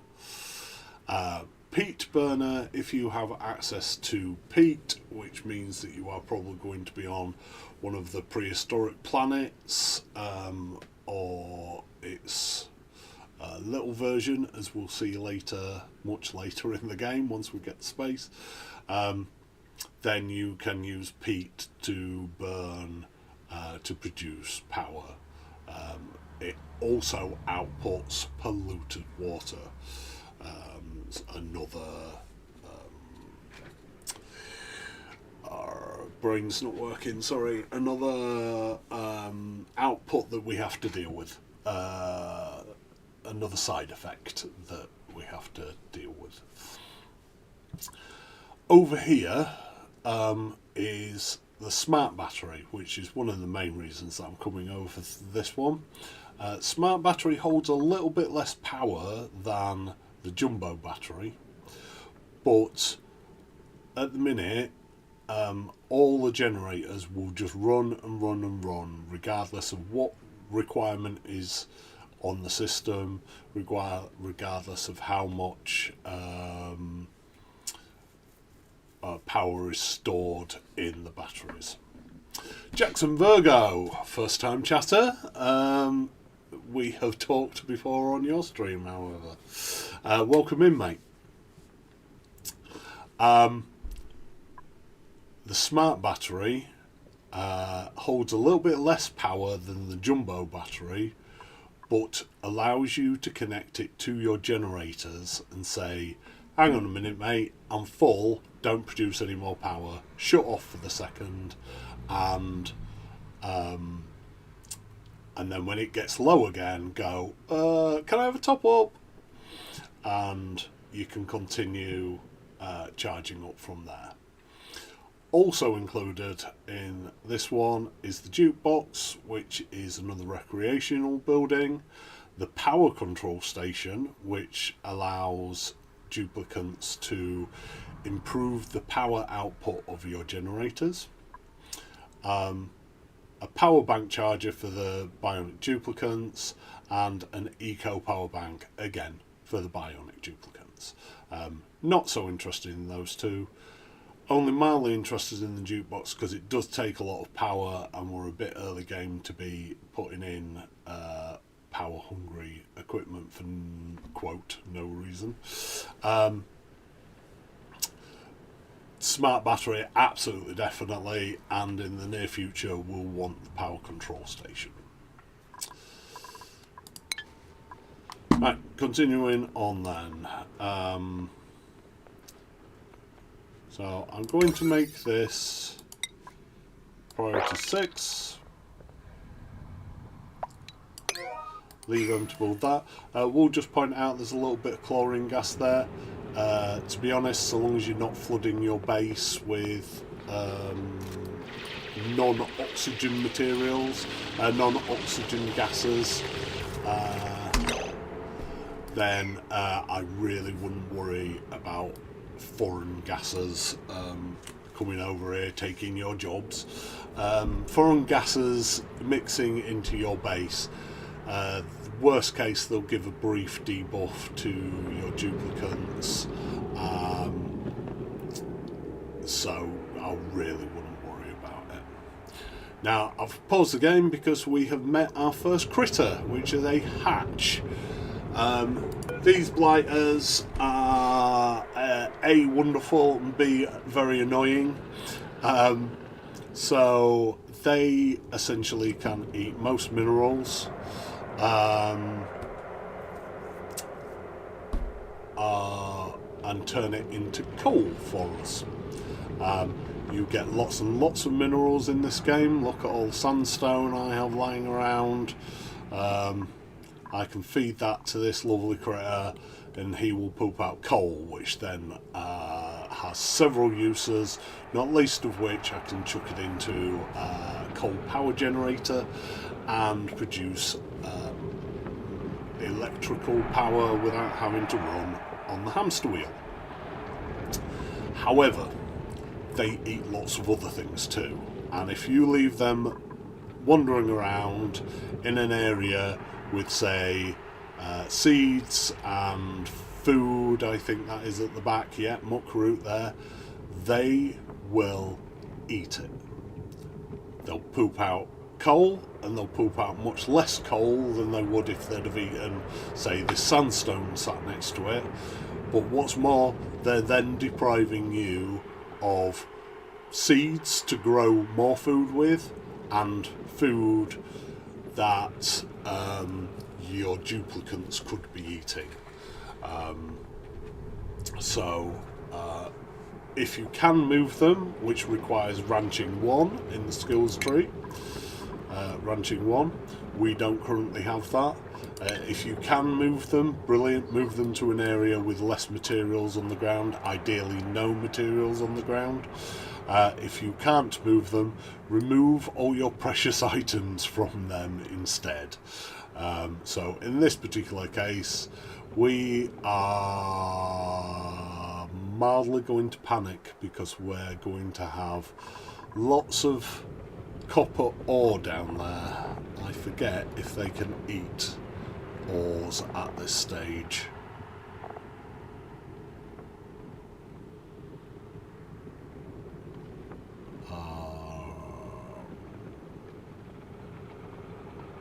Tell you what we can do instead. We can look at copper ore. If you don't want to search for things in your database, you can hit that button and it takes you straight to that particular entry in the database, and then we can look through this and we can find out that plug slugs, another critter we'll find later, can eat ores. We can find out that a variant of the hatch can eat ores, and another variant of the hatch can eat ores. However, the base variant, the normal hatch, cannot, so we don't have to panic so much. I'm not bothered if he gets into our sandstone, because that's pretty much what we're going to be feeding him once we start wrenching him anyway. I am mildly concerned about algae. Again, the fourth and final variant of the hatch can eat, but they cannot. Excellent. So the only other thing that I'm bothered about then is really the food and the seeds, which we will remove. And how will we do that? We'll set up a storage bin. And we'll put that on high priority.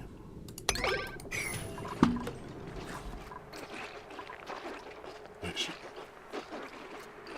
everyone's going to ignore because Camille is on her lunch break. Let's put that on high priority.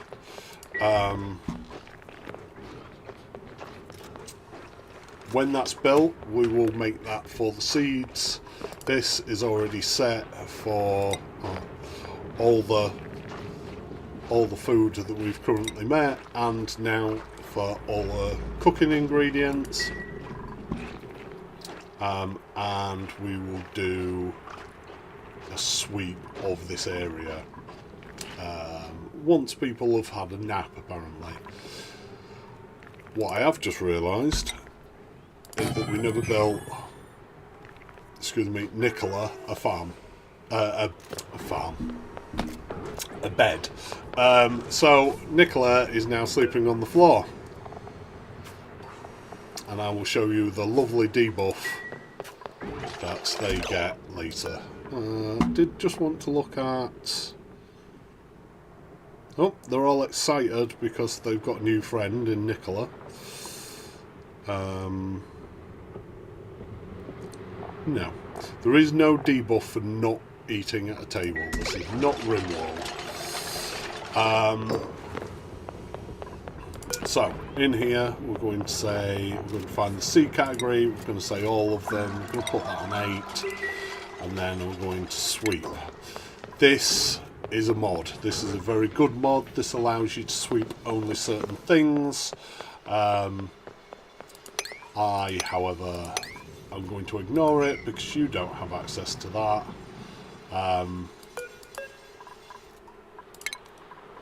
And I'm just going to look for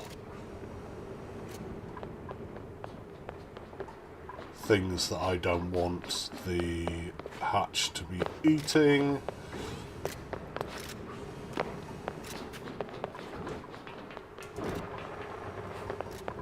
I can't see anything else. And for the moment, we're just going to put everyone on storing, I think it is. So that those things get picked up. What is that saying it's not got storage for? Dirt. Yeah, we're not too fussed about dirt, to be honest. So these little red tags highlight where there is storage unavailable.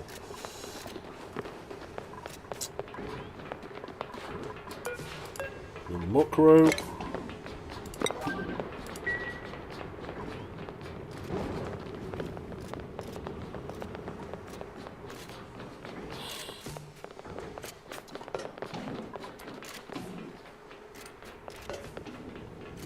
Of course, everyone's picking up things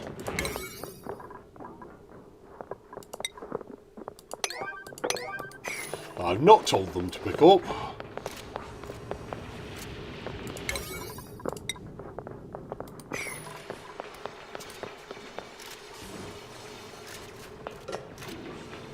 Which is not the end of the world. And then I'm just going to cancel those. So we're not set up storage for those at the minute.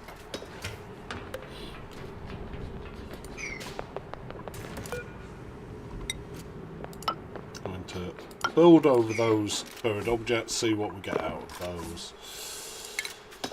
But in food, we have the planter boxes. And we're going to plant 5 per duplicate.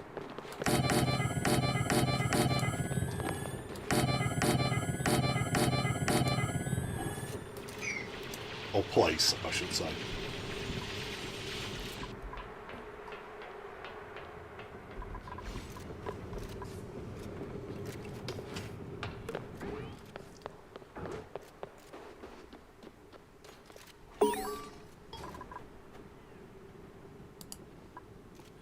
Okay, so we got our new battery. Ask them to build that first.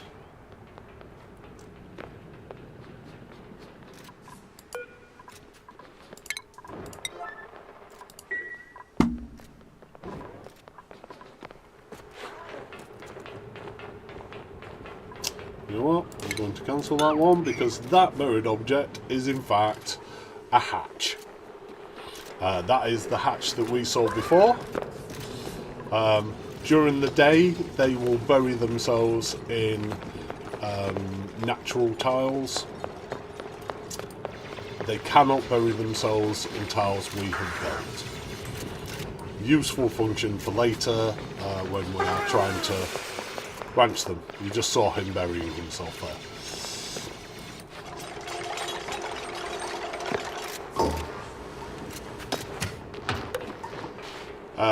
Having this now, in fact we will deconstruct that one.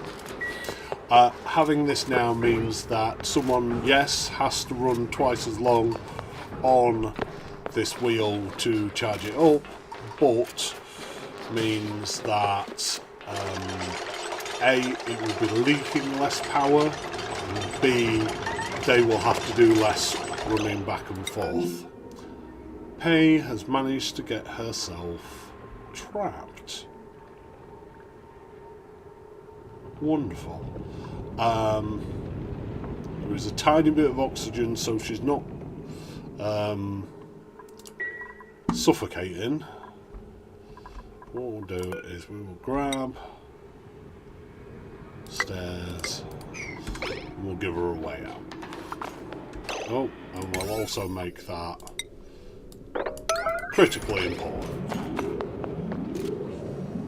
Someone else should bring some sandstone to build those stairs, and then either they will build it or Pay can build it themselves.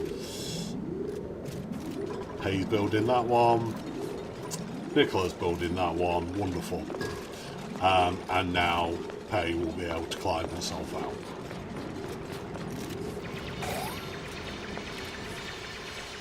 And now that emergency task has been completed, everyone's gone back to their normal duties. A little bit of caution to be had with that priority. It will stop them from having downtime and sleep time, but only until that task is complete.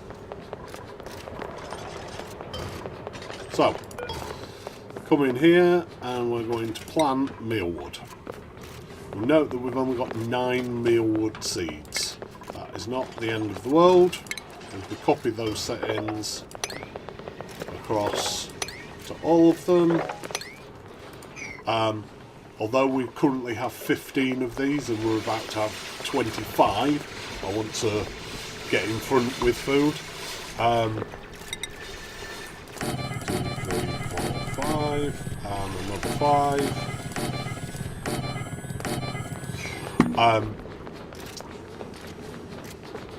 They will have a chance every time they harvest these mealwood of gaining another seed. Starts at 10%, and I believe they get 10% per. Oh, it occurs to me this is a mod as well. Per agriculture, or is it? It might be 3%. I can't remember off the top of my head. They get an increased chance of getting a seed back for every level of agriculture they have. So although we only have 9 seeds currently, and that is exactly what we've planted, we will in time get more seeds back and be able to plant up the other ones.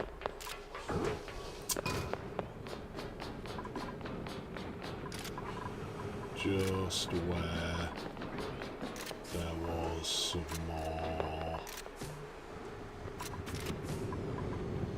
food somewhere over here, but I think someone's already picked it up. So that's fine.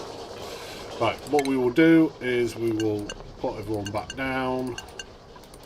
Now the hatch panic is over. And what I'm going to do is, because this water's in our way, immediately I'm going to dig down here.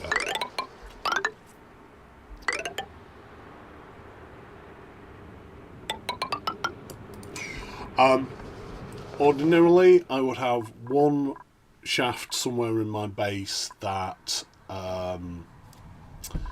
can go up and down. I might curtail that at some point and then move my shaft to somewhere else, but given the water issue, basically if I keep digging down the water's going to follow me.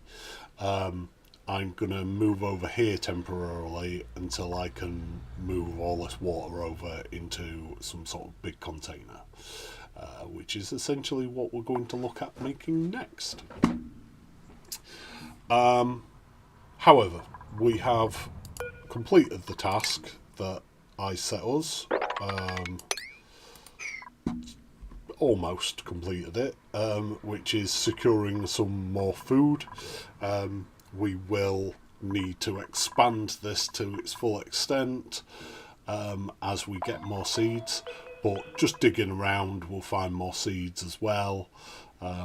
So this is an ongoing task. However, if we look at the other 2 tasks, let's look at temperature. This might become a problem. If I have a look, that is very much going to become a problem.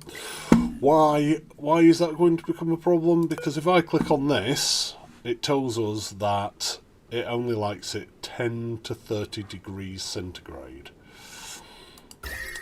Over here is 34.7 degrees centigrade. Celsius is the new term. Sorry, I'm a bit old school. I believe that Mr. Celsius intentionally named centigrade because it is the centigrade. It is graded in tens. But anyway, in a part of 100. While it is an honour to name it after the person who invented it, surely the honour would be keeping the name he gave it? Anyways, so yeah, sorry, apologies if I say centigrade, I mean Celsius, as the Newspeak would have us say. So I do have some mild concern over there, because if this heat spreads over here, it is going to stop our mealwood from growing. So that is a definite concern, one that I will be addressing with some research in the next batch of research.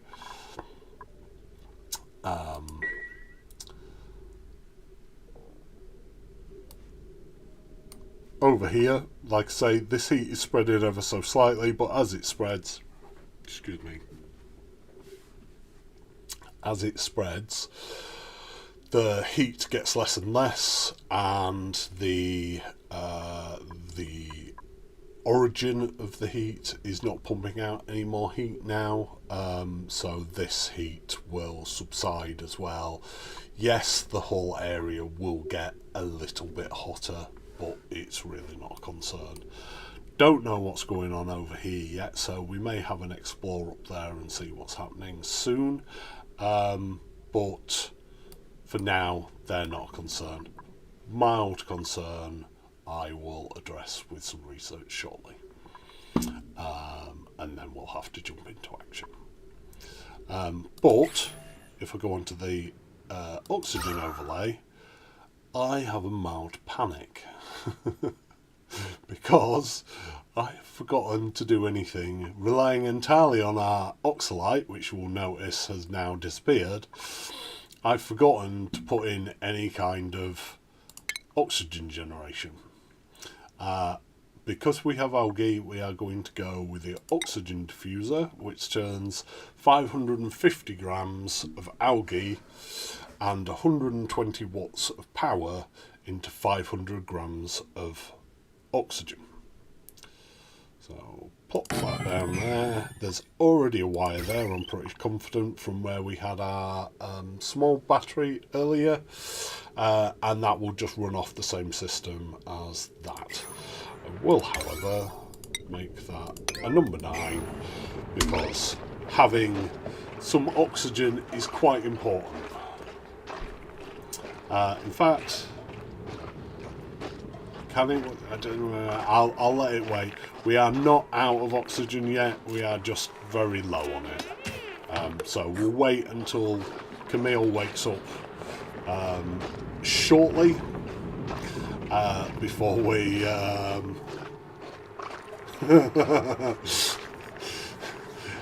It's the name of the game somehow. It isn't included somehow. Yes, indeed. Oxygen is not included. You have to provide it yourself. We could get around this by digging up there, but to be honest, this will fix our problem. This produces, if we just pause it a second, Pay's coming to do that apparently, rather than Camille. Camille feels that this ladder's more important than breathing. So Pay is building this. This produces, as I say, 500 grams of oxygen per second. Each dupe is inhaling 100 grams per second. Technically, one will run 5 dupes, unless they have the heavy breather trait. I forget what that one's called again. I still haven't remembered from pointing them out earlier. If they have that trait, which hopefully I will remember eventually, they breathe twice as much, so they are breathing 200 grams per second, so they essentially count as 2 dupes. Even though this produces enough for 5 duplicants, I would always say 5 duplicants minus 1.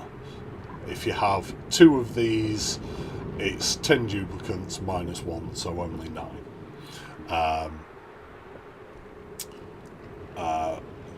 Because as you're expanding, the gas will get stretched and get thinner.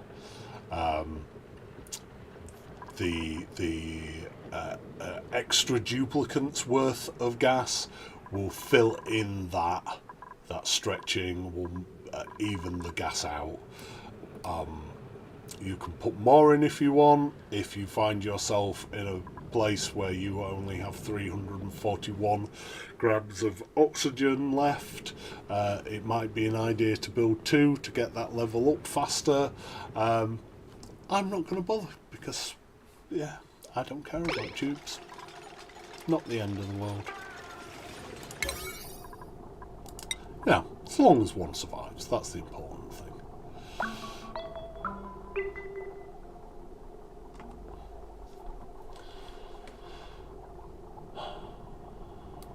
And of course, Pei being not a builder is taking forever to put that in place. So I'm just going to put that on high because I want someone to come bring some algae immediately. And of course Pei's gone for a swim for some algae rather than getting some that we saw up here earlier.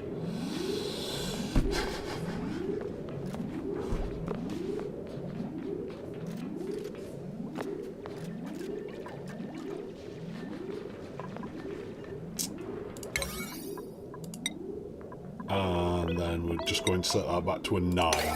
Hopefully, if I've set my priorities up and not overloaded the duplicants with tasks, they will naturally come replenish the algae in there. If not, then just keep an eye on it and deal with it yourself in a similar fashion to what I just did. Jackson Virgo says, regarding the yellow alert, what types of things would you generally use that for? What would I use that for, or what should I use that for? So, what should it be used for are things that are going to keep your duplicants alive, particularly rescuing them when they trap themselves somewhere, or, you know, when you might have forgotten to import some sort of oxygen producer and you want them to fill that up immediately. Those kind of keep your dupe alive tasks. As I say, it stops them having a break or sleeping. So it can be, it can give them debuffs for being tired, it can knock them off schedule a bit, so it can be a little bit dangerous to use willy-nilly. There is a red alert though, and I'll go over what that is in a minute. What do I use it for? All of the above, and whenever I get frustrated that nobody is doing the task that I want them to. Probably shouldn't. There's a saying in the community, when all of your tasks are priority 9, all of them might as well be priority 5. So, you know, none of them are important at that point. But if you get to that point, then the yellow alert might be necessary. Up here we have red alert. If you hit that, they will not only ignore breaks and sleep time and bath time, they will also ignore their own needs. On yellow alert, if they need the toilet, they will still go to the toilet. On red alert, they will just wee themselves. If they need to eat, on yellow alert, they will go eat. If they're going to starve, they will go eat. On red alert, they will ignore that and work themselves to death. Much though I don't care about the duplicants, beyond them achieving my goals, working them to death is perhaps not the best idea. It tends not to get your goals completed in the end. Yes, very dangerous to use that one. Rarely use that one myself.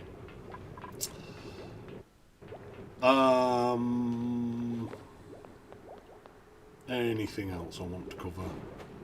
I do want to point out we are getting some oxygen back. It's a little bit dangerous to use the toilets right now, and you may not wake up if you go to sleep. But we're getting there. We're getting there. Alright. Oh, and Quinn has just got a skill point. Quinn, our researcher, because their research stat is so high, they gain experience faster. So consequently, they're the first one to get their skill point. Sorry. Yeah, my brain just completely reset then.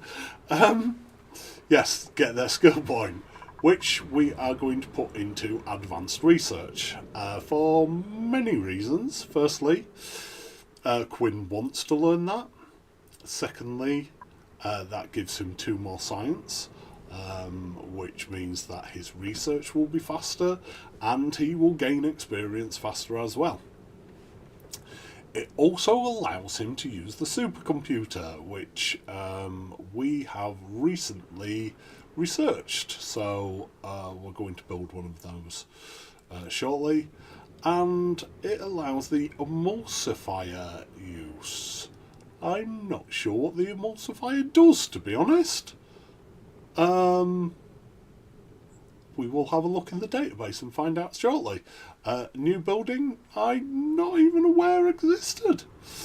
So, doing this, we see that currently he has a morale of 4. That goes to a morale of 5, but gains him a morale need of 1. We will be going full tree, full research tree with Quinn. He will need all of it eventually. So, let's look what an emulsifier is. It combines liquids and other inputs into fluid compounds. It allows us to Oh! I genuinely thought we did that in a different building. Perhaps that's changed, I'm not sure. I maybe have used one before and just don't remember it. I have not played late game. This is a late game component material. I've not played late game that much. I much enjoy messing around in the early game, and while I love super cool, apparently I can't speak. While I love super coolant, my need to get it by the late game is often negligible. there are very good reasons to get it, and I will probably show you towards the end of this series how to get it. Yeah, I do think that's changed, especially with it doing biodiesel, which is a new material given to us since the prehistoric pack came about. You don't need the prehistoric pack to get it, but it was introduced at the same time. What you'll find is, as they introduce new DLCs, they'll introduce some new things into the base game. Yeah, so we are getting there, slowly but surely, slowly but surely.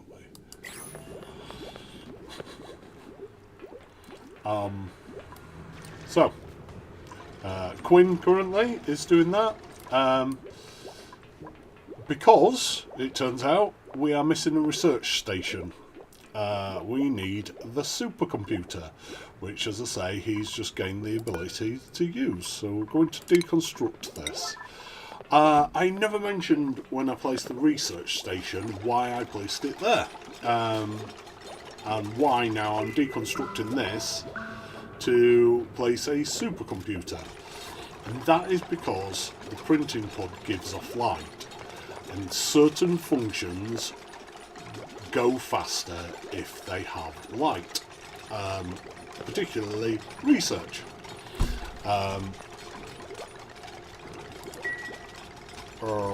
Quinn does not have the... There we go. Pei is currently getting the lit workspace because she is eating under the light from the printing pod, and eating is one of the functions that does get the 15% speed bonus in light. So eventually, when we have a mess hall and or great hall, we will be looking to light that when we have a bit more stable power source. But that is why we are planting our research buildings directly in the light of the printing pod. New achievement. Outdoor renovations. Construct a building outside the initial starting biome. All it needs is for you to create some sort of solid item. In this particular case, we have built a ladder. It doesn't have to be a supercomputer or a lavatory outhouse thing. It just needs to be something that takes the foreground of the base. It could be a tile or anything.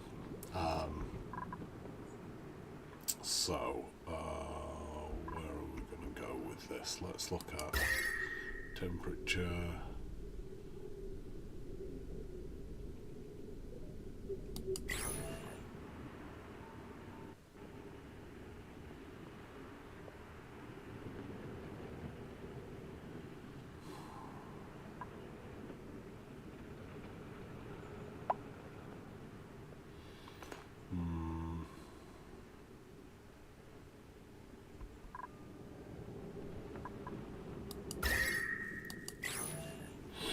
So I think I am going to build a big water tank over here.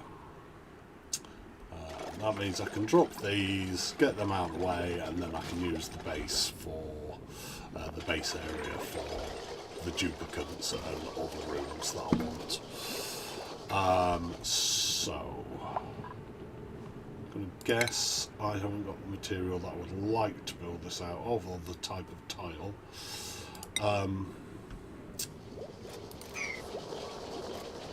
Another thing I failed to mention, Pei's just got a skill. and Camille at the same time. So Hay is going to get hard digging. That allows her to dig very firm material. Also gives her 2 excavation, which means that her digging will be faster.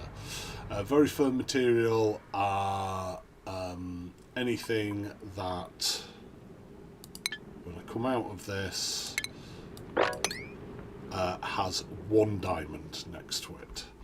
The next level will have 2 diamonds on it, and then there's a 3rd level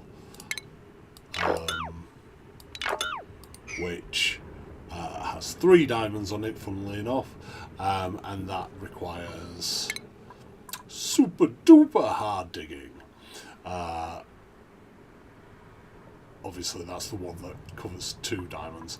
This one only gives you corium mining, which means you only need it if you plan on exploding a nuclear reactor. We'll cover nuclear reactors much later in the game, but if you blow one up, it produces corium. Can't think of a great use for corium, and so we will not be pushing for that skill right now. It doesn't even give you any bonus excavation, so it's not one that we will be aiming for. Oh yeah, and then Camille. So Camille is our build digger, but in a similar vein, building doesn't have a great deal of use. Yes, if I go for these 2, I will get 2 and then another 2, which is 4 construction, which will obviously speed her up in building things, but beyond making them faster, it gives no extra skills. This one does have some use, so these points of interest like this are called gravitas buildings, and this one over here, and that ability gives you, there's another one over here, that final building skill called demolition gives you the ability to get rid of those gravitas buildings. Until you have that, you cannot move those buildings. That is a useful skill when you find that those buildings are in your way. Until you find those buildings are in your way, I would say that entire tree is semi-pointless.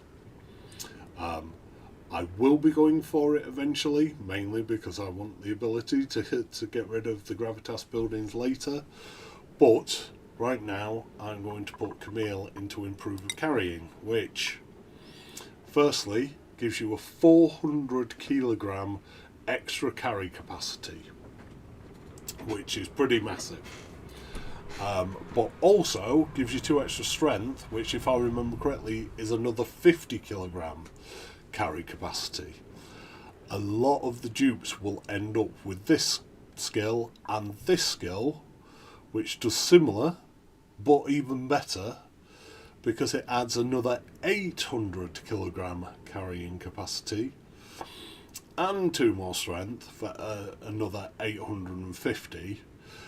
In total, giving you 1400 kilograms or 1.4 ton extra carrying capacity. I believe you start with 200, 250 on a normal dupe before you upgrade their strength. So these are massive, and just means they may need to make less journeys from wherever you find the resources to wherever the resources are needed. So yes, so that's that. So what I will do is eventually that ladder will be continuing down there, and then I'm going to put 1 tile space, and then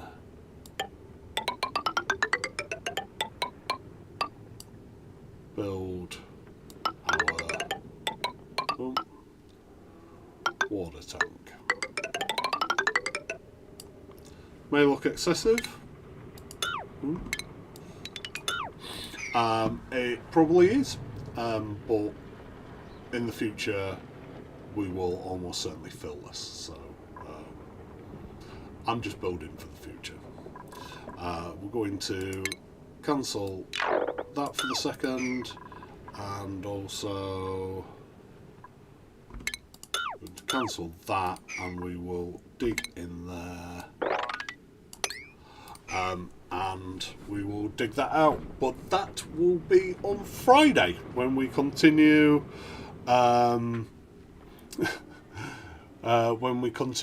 this series. Right now, I've got to go shortly. We will be back on Thursday with some more Satisfactory. We will be continuing the starter base rebuild. We've just got the iron to finish off on that now. And then we'll go for a little explore on the way to where I want to build my coal factory, and we'll be having a look at that, which is a pretty epic build I've got planned for that. So feel free to join me on Thursday for that, or I will see you on Friday for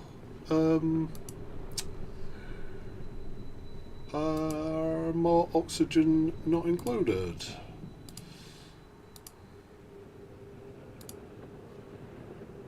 Just looking at who we are going to raid next.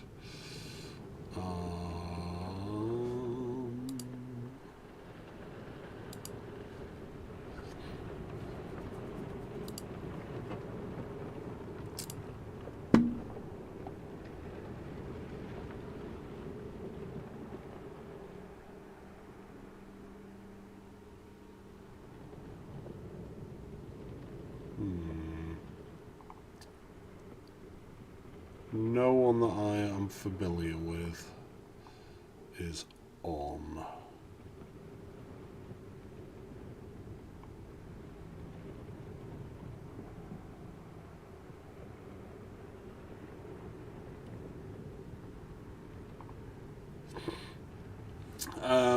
However, there is a chap.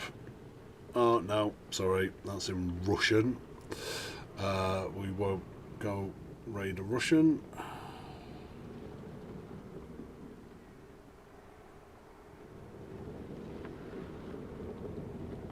Yeah, our next best option then is Penguin. Played a bit of Oxygen Not Included. Never raided this person before, don't know who they are. Be nice. Might make a new friend. Alright guys, see you tomorrow. Thursday.